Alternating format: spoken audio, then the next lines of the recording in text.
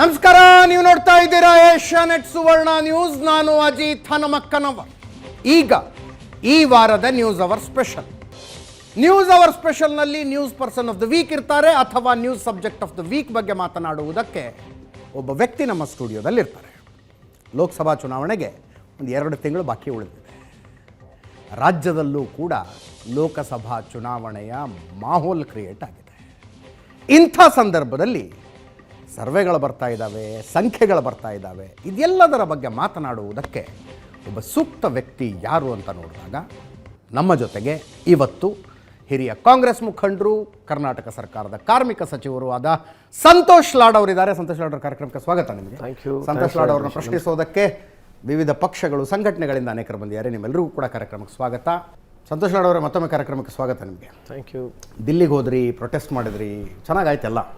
So ಅದನ್ನು ನೋಡ್ತಾ ಇದ್ರೆ ಅನ್ನಿಸ್ತಾ ಇರೋದು ಈ ಸಲದ ಲೋಕಸಭಾ ಚುನಾವಣೆಯನ್ನು ಅಟ್ಲೀಸ್ಟ್ ಕರ್ನಾಟಕ ಕಾಂಗ್ರೆಸ್ ರಾಷ್ಟ್ರೀಯತೆ ವರ್ಸಸ್ ಪ್ರಾದೇಶಿಕತೆ ಅಂತ ಮಾಡಬೇಕು ಅಂತ ಹೊರಟಂಗಿದೆ. ನ್ಯಾಷನಲಿಸಮ್ ವರ್ಸಸ್ ರೀಜನಲಿಸಮ್ ಆ ಥರ ಇಲ್ಲ. ಆ ಥರ ನೀವು ಕಾಂಟಂಪ್ಲೇಟ್ ಮಾಡ್ತಾ ಇದ್ದಾರೆ ಅಷ್ಟೇ. ಯಾಕಂದರೆ ಮುಖ್ಯಮಂತ್ರಿಯವರು ಕ್ಯಾಟಗರಿಕಲಿ ವೆರಿ ಕ್ಲಿಯರ್ ಇದ್ದರು. ಒಕ್ಕೂಟದ ವ್ಯವಸ್ಥೆಯಲ್ಲಿ ನನಗೆ ನಂಬಿಕೆ ಇದೆ. ಸಿದ್ದರಾಮಯ್ಯ ಹೇಳಿರ್ತಕ್ಕಂಥದ್ದು ದಯವಿಟ್ಟು ತಾವೆಲ್ಲ ಗಮನಿಸಬೇಕು. ಒಕ್ಕೂಟದ ವ್ಯವಸ್ಥೆಯಲ್ಲಿ ನನಗೆ ನಂಬಿಕೆ ಇದೆ. ಬೇರೆ ರಾಜ್ಯಗಳಿಗೆ ಜಾಸ್ತಿ ರೊಕ್ಕ ಕೊಡಬೇಡಿ ಅಂತ ನಾವು ಹೇಳ್ತಾ ಇಲ್ಲ. ನಮ್ಮ ತೆರಿಗೆ ಪಾಲು ನಮಗೇನು ಬರಬೇಕು ಅದ್ರ ಬಗ್ಗೆ ನಮಗೆ ಕೊಡಿ ಅಂತಕ್ಕಂಥ ಒಂದು ಅವರು ಎತ್ತಿರ್ತಕ್ಕಂಥ ವಿಚಾರ. ಅದನ್ನು ನೀವು ಹೆಂಗನೇ ಇಂಟರ್ಪ್ರೆಟ್ ಮಾಡ್ಬೋದು. So but that is not the case. So ಬೇರೆಯವ್ರಿಗೆ ಕೊಡಬೇಡಿ ಅಂತ ಹೇಳೋದಿಲ್ಲ, ನಮಗೆ ಕೊಟ್ಟುಬಿಡಿ ಅಂದರೆ 4 ರೊಟ್ಟಿ ಇದೆ, ನನಗೆ ಬರಬೇಕಾದದ್ದು ನನಗೆ ಕೊಟ್ಬಿಡು, ಉಳಿದವ್ರಿಗೆ ಕಡಿಮೆ ಆಗುತ್ತೋ ಜಾಸ್ತಿ ಆಗುತ್ತೋ ಸಂಬಂಧ ಇಲ್ಲ ಅಂತ ಹಂಗಾಗುತ್ತೆ. ಹಂಗಲ್ಲ, ಅವ್ರಿಗೆ ಹೆಚ್ಚು ಕೊಡ್ತಾ ಇದ್ದೀರಿ ಅಂತಲೂ ಅರ್ಥ ಆಗ್ಬೋದು. ಯಾಕಂದರೆ ಈಗ ನಮ್ಮ ಶೇರು ನಮ್ಮನ್ನು ಯಾಕೆ ಕೊಡಿ ಅಂತ ಹೇಳ್ತಾರೆ. ನಮ್ಮ ಶೇರ್ ನಮಗೆ ಕೊಟ್ಟರೆ ಅವ್ರಿಗೇನು ಭಾಳ ಕಮ್ಮಿನೂ ಆಗೋದಿಲ್ಲ. Substantially the amount of money what it has gone 10 times. You would have reduced 1 time ಅಲ್ಲ. ಓಕೆ, ಅವರಿಗೆ 10 time ಕೊಡೋದಕ್ಕಿಂತ ಜಾಸ್ತಿ 1 time ಕಮ್ಮಿನೂ ಕೊಡ್ಬೋದಾಗಿತ್ತು. ಆ ಪ್ರಶ್ನೆ ಇರತಕ್ಕಂಥದ್ದು ನಮಗೆ. ಕೊಡಲೇಬೇಡಿ ಅಂತ ಹೇಳ್ತಾ ಇಲ್ಲ ನಾವು. ನೀವು 1:10 ರೇಷಿಯೋ ಕೊಡೋದು ಇದೆಯಾ ಧರ್ಮ ಅಂದರೆ what will happen to our state? ನಮ್ಮ ಸ್ಟೇಟ್ ಕೂಡ ಪ್ರೋಗ್ರೆಸ್ ಆಗಬೇಕು ತಾನೆ. The entire money what is collected from the state, it is state ಎಕ್ಸ್ಚೆಕರ್ಗೆ ಬರ್ತಕ್ಕಂಥದ್ದು, ಮೊದಲಿಂದ ಬಂದಿರತಕ್ಕಂಥದ್ದು ಪ್ರಾಕ್ಟೀಸ್ ಅದು. ಸೊ ಆ ಪ್ರಾಕ್ಟೀಸ್ನ ಎತ್ತಿಡಿಬೇಕೆಂಬ ವಾದ ಇದೆ. ಆಮೇಲೆ ಉಲ್ಟಾ ಒಂದು ಪ್ರಶ್ನೆ ನಿಮಗೆ, ಯಾವ 10 ವರ್ಷದಿಂದ ನೀವು ಭಾಳ ಪವರ್ಫುಲ್ ಅಂತ ಹೇಳ್ತೀರಿ, ಬೇರೆ ರಾಜ್ಯಗಳಿಂದ ಹೋಗಿ ಇನ್ನೊಂದು ರಾಜ್ಯಗಳ ದುಡ್ಡು ಕೊಡ್ತಕ್ಕಂಥ ಅವಶ್ಯಕತೆ ನಮ್ಮ ಸರ್ಕಾರಕ್ಕೆ, ಪ್ರಧಾನಮಂತ್ರಿ ಅವ್ರಿಗೆ ಇದೆಯಾ? ನೀವೇ ಹೇಳ್ತೀರಿ ಈ so powerful, everything is happening well ಅಂತ ನೀವೇ ಹೇಳ್ತೀರಿ. ಬಟ್ ಬೇರೆ ರಾಜ್ಯಗಳು ತೊಗೊಂಡೋಗಿ ಇನ್ನೊಂದು ರಾಜ್ಯಕ್ಕೆ ರೊಕ್ಕ ಕೊಡ್ತಕ್ಕಂಥ ಅವಶ್ಯಕತೆ ಇದೆಯಾ? ಅಂದರೆ ಮೋದಿ ಬಂದ ಮೇಲೆ ಆಗ್ತಿರೋದು. ಬಟ್ ನೀವು ಹೇಳ್ತಕ್ಕಂಥ ಪ್ರೊಜೆಕ್ಷನ್ ಹೆಂಗಿದೆ? How you project him, everything is just in a jiff, it is happening because of Narendra Modi ಅಂತ ನೀವು ಹೇಳ್ತೀರಿ ಒಂದು ಪ್ರಶ್ನೆದಲ್ಲಿ. If that is a case, this a fundamental question I am raising. Then this a fundamental question I am also raising. I got right to ask and you also got right to ask. ನಾವು ಕೇಳಿದ ತಕ್ಷಣ ಅಂತ counter ಕೊಡೋಕೆ ಹೋಗ್ತಾರೆ ನೀವು. What is there counter? He has asked a question, for that there is no answer. So you have to answer it. If you say is so powerful, if you say is all mighty, ಬಂದ ತಕ್ಷಣ ಹಿಂಗೆ ಒಂದು ಚಾಟಿಲ ಹೊಡ್ಕೊಂಡು ಹೋದ ತಕ್ಷಣ ಎಲ್ಲ ಅಭಿವೃದ್ಧಿ ಆಗ್ತದೆ ಅಂತ ಹೇಳ್ತಾರೆ. ಇಲ್ಲೇ ಕಾಣ್ತಾ ಇದೆ, ಇಲ್ಲಿ ಬೈಲಿಗೆ ಬರ್ತಾ ಇದೆ ಅಲ್ಲ. So where is your central government ದುಡ್ಡು ಎಲ್ಲಿದೆ? ಮತ್ತೆ why central government grant is been not able to give to other states, not to state? ಇದ್ರ ಬಗ್ಗೆ ಚರ್ಚೆನೂ ಆಗ್ಬೇಕು ತಾನೆ.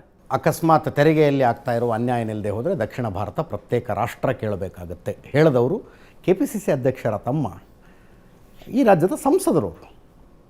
ಒಪ್ಕೊಳ್ತೀರಾ ಆ ಮಾತನ್ನು? ಇನ್ನೊಂದು ನೇಷನ್ ಆಗಬೇಕಂಥದ್ದು ಅವರು ಹೇಳಿರ್ತಕ್ಕಂಥದ್ದು ನನ್ನ ಸಮರ್ಥನೆ ಇಲ್ಲ.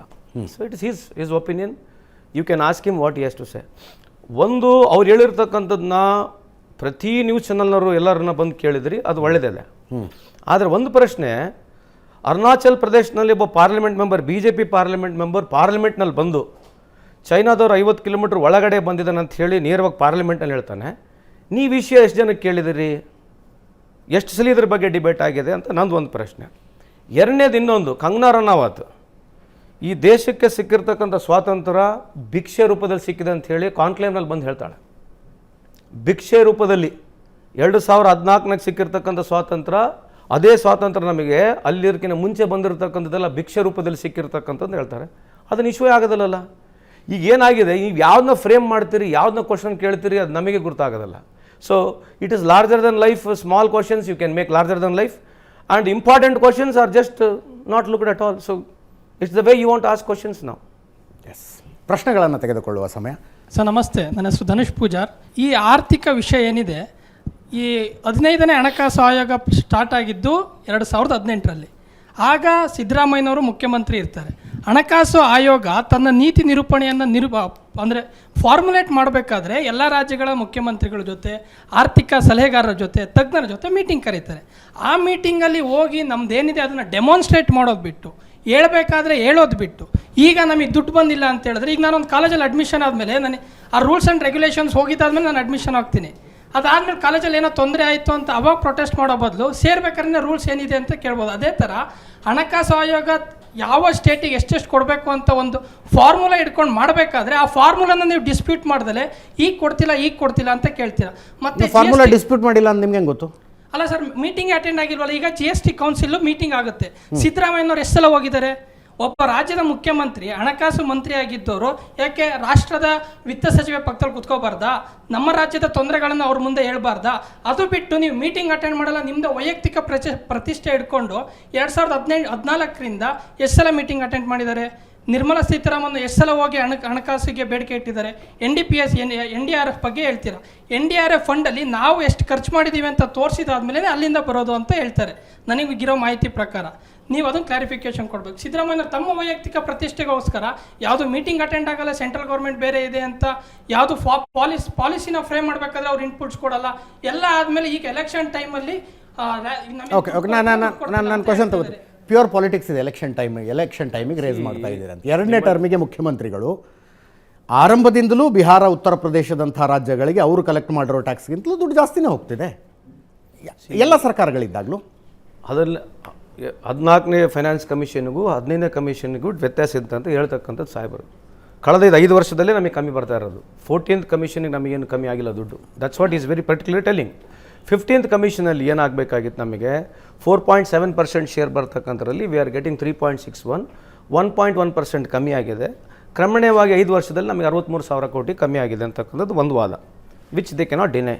ಎರಡನೇದು, ಅದ್ರ ಜೊತೆಗೆ ನಿರ್ಮಲಾ ಸೀತಾರಾಮನ್ ಜೊತೆ ಹೋದಾಗ ಈಗ ನಾವೆಲ್ಲ ಹೇಳ್ಬೋದು, ನೀವೇನೋ ಪೊಲಿಟಿಕಲ್ ಕ್ವಶನ್ ಕೇಳಿದ್ವಿ, ಎಷ್ಟು ಸಲ ನಮ್ಮ ಸಚಿವರುಗಳು ಹೋದಾಗ ಅಲ್ಲಿ ಸಿಕ್ಕಿದ್ದಾರೆ ಅವರು. ಇವೆಲ್ಲ ಪೊಲಿಟಿಕಲ್ ಆಗ್ತವೆ. See, agendas forget BJP, Congress, what ever it is. As state whether it is ruled by BJP or Congress, ಇಷ್ಟು ದುಡ್ಡು ನಮಗೆ ಬರಬೇಕು. ಅದರಲ್ಲಿ ಏನು ಡಿಫರೆನ್ಸ್ ಇದೆ ನಿಮಗೆ? 4.7% ಬರಬಾರ್ದು ನಮಗೆ. ಅಂದರೆ ನೀವು ಹೇಳ್ತಿರೋದು, ಸಿ, ಈಗ ಒಬ್ಬ ಮುಖ್ಯಮಂತ್ರಿ ಹೇಳಿದ್ನ ಕೂಡ ನೀವು ನಂಬಲ್ಲ ಅಂತಂದರೆ 2014ಗೂ 2024ಗೆ ಬಡ್ಜೆಟ್ ಸೈಜ್ ಎಷ್ಟಾಗಿದೆ? What is the budget size? Double ಜಾಸ್ತಿ ಆಗಿದೆ. ಎಲ್ಲ ಸರ್ಕಾರಗಳು ಜಾಸ್ತಿ ಆಗ್ತದೆ. ಪರ್ಸೆಂಟೇಜ್ ವೈಸ್ ಬರಬೇಕು ನಮಗೆ, not the amount. Percentage, if we both are partner in a partnership company, ನಾವಿಬ್ಬರು 25% ಪಾರ್ಟ್ನರ್ಶಿಪ್ ಇದ್ದರೆ 100 ಕೋಟಿ ಆದರೂ ನನಗೆ 25% ಬರಬೇಕು, 1000 ಕೋಟಿ ಆದರೂ 25% ಬರಬೇಕು. ಟರ್ನ್ ಓವರ್ ಎಷ್ಟಾಗಿದೆ ಪಾರ್ಟ್ನರ್ಶಿಪ್, ನಾನು ಪ್ರಾಫಿಟ್ ಎಷ್ಟು ಡಿಕ್ಲೇರ್ ಮಾಡ್ತೀವಿ, ಆ ಪ್ರಾಫಿಟಿಗೆ ನನಗೆ ಅಷ್ಟು ಪರ್ಸೆಂಟೇಜ್ ಬರಲೇಬೇಕು ತಾನೆ. ಈ ಡಿಬೇಟ್ ಎಲ್ಲಿಗೆ ತಗೊಂಡು ಹೋಗ್ತೀರಿ ನೀವು? ಅಲ್ಲ, ನೀವು ತೊಗೊಂಡೋಗ್ತೀರ. ನಿಮಿಷ, ನೀವು ಕಲಘಟಗಿ ಕ್ಷೇತ್ರದ ಶಾಸಕರು. ಹೌದು. ನಿಮ್ಮ ಕ್ಷೇತ್ರದಲ್ಲಿ ನನ್ನ ಪಕ್ಕದ ಊರು, ಪಕ್ಕದ ನಿಮ್ಮ ಊರಲ್ಲ, 3 ಹೈವೇ ಹಾದು ಹೋಗ್ತಾವ್ರಿ. ಕಲಘಟಗಿ ಜನ ಕೊಟ್ಟ ಟ್ಯಾಕ್ಸ್ನಲ್ಲಿ ಹೈವೇ ಮಾಡೋಕ್ಕಾಗತ್ತಾ ಅಲ್ಲಿ? ಅಲ್ಲ ರೀ, ಈಗ ನಿಮ್ದು where do you want to take this debate ಅನ್ನೋದು ಅರ್ಥ ಆಗ್ತಿಲ್ಲ. ಅಲ್ಲ, ಇಟ್ ಇಸ್ ನಿಮ್ಮ ಕ್ಷೇತ್ರಕ್ಕೆ, ನಿಮ್ಮ ಕ್ಷೇತ್ರದ ತೆರಿಗೆದಾರರ ದುಡ್ಡನ್ನು ಅಷ್ಟು ಖರ್ಚು ಮಾಡಿದ್ರೆ ನಿಮ್ಮ ಕ್ಷೇತ್ರ ಅಭಿವೃದ್ಧಿ ಮಾಡೋಕ್ಕಾಗತ್ತೆ? ಹಂಗಲ್ರಿ. ಈಗ ನೀವು ಕೇಳ್ತಕ್ಕಂಥದ್ದು ಹೆಂಗಿದೆ ಅಂತಂದರೆ, because we have raise this question, Narendra Modi ಇದ್ದಾರೆ. ನೀವೇನು ಹೇಳೋದಂದ್ರೆ ನಾವು ಕೇಳಲೇಬಾರ್ದಾ? ಕೇಳಬಾರ್ದು ಅಂತಲ್ಲ, ಮತ್ತೆ ನೀವು ಎಲ್ಲಿಗೆ ಹೋಯ್ತಿದ್ದೀರಿ ಅಂದ್ರೆ ಏನರ್ಥ? What you mean by this ಪ್ರಶ್ನೆ? ಎಲ್ಲಿಗೆ ಹೋಯ್ತಿದ್ದೀರಿ ಅಂತಂದ್ರೆ ಏನು? ಈಗ ಸುಮ್ಮನೆ ಉಲ್ಟಾ ನಾವು ಕೇಳ್ತೀವಿ, ಈ ದೇಶದ ಇಷ್ಟು ಸಾಲ ಆಗೈತೆ, ಇದು ಎಲ್ಲಿಗೆ ಹೋಯ್ದಿರಿ ನೀವು? ಈಗ 55 ಲಕ್ಷ ಕೋಟಿ ಸಾಲ ಇರತಕ್ಕಂಥದ್ದು 1947 ಇಸ್ವಿಯಿಂದ 2014 ಇರುವಾಗ ಎಲ್ಲ ಪ್ರಧಾನಮಂತ್ರಿಗಳು, ಎಲ್ಲ ಪೊಲಿಟಿಕಲ್ ಪಾರ್ಟಿಗಳು ಬಂದು ಹೋದ್ರು. 55 ಲಕ್ಷ ಕೋಟಿ ಸಾಲ ಇತ್ತು. ಇವತ್ತೆಷ್ಟು ಲಕ್ಷ ಕೋಟಿ ಸಾಲ ಇದೆ? ಕೇಂದ್ರ ಸರ್ಕಾರ ಒಂದು ವೈಟ್ ಪೇಪರ್ ಹೊರಡಿಸುತ್ತೆ, ಅದ್ರ ಬಗ್ಗೆ ಡಿಬೇಟ್ ಆಗ್ಬೇಕಲ್ಲ ಲೋಕಸಭೆಯಲ್ಲಿ. ಅಂದ್ರೆ ನಿಮ್ಗೆ ಗೊತ್ತಿಲ್ಲ ಅಂತ ಡಿಬೇಟ್ ಆಗ್ಬೇಕಲ್ಲ. This what ever I am talking, it is placed in the parliament. ಹೌದು, ಈ ಪಾರ್ಲಿಮೆಂಟ್ ನಲ್ಲಿ ಹೇಳಿರ್ತಕ್ಕಂಥದ್ದು ಹೇಳ್ದು 165 ಲಕ್ಷ ಕೋಟಿ ಸಾಲ ಆಗಿದೆ ಉದಾಹರಣೆಗೆ. ಇದು ಎಲ್ಲಿಗೆ ಬಂತು? ಇದ್ರ ಬಗ್ಗೆ ಯಾಕೆ ಚರ್ಚೆ ಆಗಬಾರ್ದು? 56 ರೂಪಾಯಿ ಇರತಕ್ಕಂಥ ಡಾಲರ್ ಇವತ್ತು 84 ರೂಪಾಯಿಗೆ ಹೋಗಿದೆ ಕಳೆದ ಬರೀ 9 ವರ್ಷದಲ್ಲಿ. ಇದ್ರ ಬಗ್ಗೆ ಯಾಕೆ ಚರ್ಚೆ ಆಗಬಾರ್ದು? ಡಿಮಾನಿಟೇಷನ್ ಬಗ್ಗೆ ಭಾಳ ದೊಡ್ಡ, ನಾವು ಇಡೀ ಪ್ರಪಂಚನೇ ಭಾಳ ಮೆರವಣಿಗೆ ಆಗ್ಬಿಡ್ತು. ಡಿಮಾನಿಟೇಷನ್ ಬಗ್ಗೆ ಯಾಕೆ ಮಾತನಾಡಬಾರ್ದು? ನೀವು ಮಾತಾಡಬೇಕು. ನೀವು ಚರ್ಚೆ ತೊಗೊಳ್ರಿ, ನೀವು ಯಾಕೆ ತೊಗೊಳೋಗಿಲ್ಲ? ಈಗ ನಿಮ್ಮಂಥವ್ರನ್ನ ಕರೆದು ಕೂಡಿಸ್ಕೊಂಡ್ರೆ ಚರ್ಚೆ ಮಾಡೋದಕ್ರಿ. ನಾನು ಯಾಕೆ ಕೇಳಿ ಸರ್, ಈಗೇನಾಗಿದೆ ಅಂದರೆ we are at receiving end. The problem with whole where we are facing, including Rahul Gandhi, ನಮ್ಮ party, we are always at receiving end. ಯಾಕದು? ಆ ಥರ ಇದೆ ಇವತ್ತು. ನೀವು ಒಪ್ಪಲ್ಲದು. You may not agree. ಉಲ್ಟಾ ಮಾಡ್ಬಿಡೋಣ. ಇವತ್ತು ನಿಮ್ಮ ವೇದಿಕೆ ಮುಖಾಂತರ ನರೇಂದ್ರ ಮೋದಿ ಅವರು ಕೈ ಮುದ್ದು ಕೇಳ್ಕೊಳ್ತೀವಿ, 50% ಟೈಮ್ ಶೇರ್ ಅವ್ರು ತಗೊಳ್ಳಿ, 50% ಟೈಮ್ ಶೇರ್ ಎಲ್ಲರಿಗೆ ಕೊಡ್ರಿ. ಮ್ಯಾಟ್ರ ಮುಗೀತಲ್ಲ. ಕೊಡ್ರಿ ನೀವು 50%, ಅವ್ರಿಗೆ ಎಷ್ಟು ಕೊಡ್ತೀರಿ ಅಷ್ಟೇ ನಿಮಗೆ ಕೊಡ್ರಿ, ಮ್ಯಾಟ್ರ ಮುಗೀತು. ನರೇಂದ್ರ ಮೋದಿ ಅವರಿಗೆ ನಿಮ್ಮ ಮುಖಾಂತರ ಕೈ ಮುಗಿದು ಕೇಳ್ಕೊಳ್ತೀವಿ, 50% ಟೈಮ್ ಶೇರ್ ನೀವೇನು ತಗೊಳ್ತೀರಿ, 50% ಟೈಮ್ ಶೇರ್ ಬೇರೆ ಕೊಡ್ರಿ, ಮ್ಯಾಟ್ರ ಮುಗೀತಲ್ಲ. ಮೋದಿ ಏನು ಮಾಡಿದ್ರು, ಮೋದಿ ಬರೋದಕ್ಕಿಂತ ಮುಂಚಿನವ್ರು ಏನು ಮಾಡಿದ್ರು ಅನ್ನೋ ಡಿಬೇಟಿಗೆ ನೀವು ತಯಾರಾಗಿ ಪ್ಲೀಸು. 100%. ಈಗ ಇದೇ ಅಲ್ವಲ್ಲ, ಈಗ ಉದಾಹರಣೆಗೆ ಇದು ಉತ್ತರ ಬರೋದಿಲ್ಲ. One of the most powerful prime minister ಅಂತ ತಾವೇ ಹೇಳ್ತೀರಿ. ಇಷ್ಟೇ, ಬೇರೆ ಏನು ಮಾಡಿ, ಇಷ್ಟಕ್ಕೆ ಒಂದು ಉತ್ತರ ಕೊಟ್ಬಿಡ್ರಿ. 1947ನೇ ಇಸ್ವಿಲಿಂದ 2014ನೇವರೆಗೆ $56 $1 ಸಿಗ್ತಿತ್ತು. ಇವತ್ತು 84 ರೂಪಾಯಿಗೆ ಆಗೈತೆ. 43% ಇನ್ ಓನ್ಲಿ 9 years.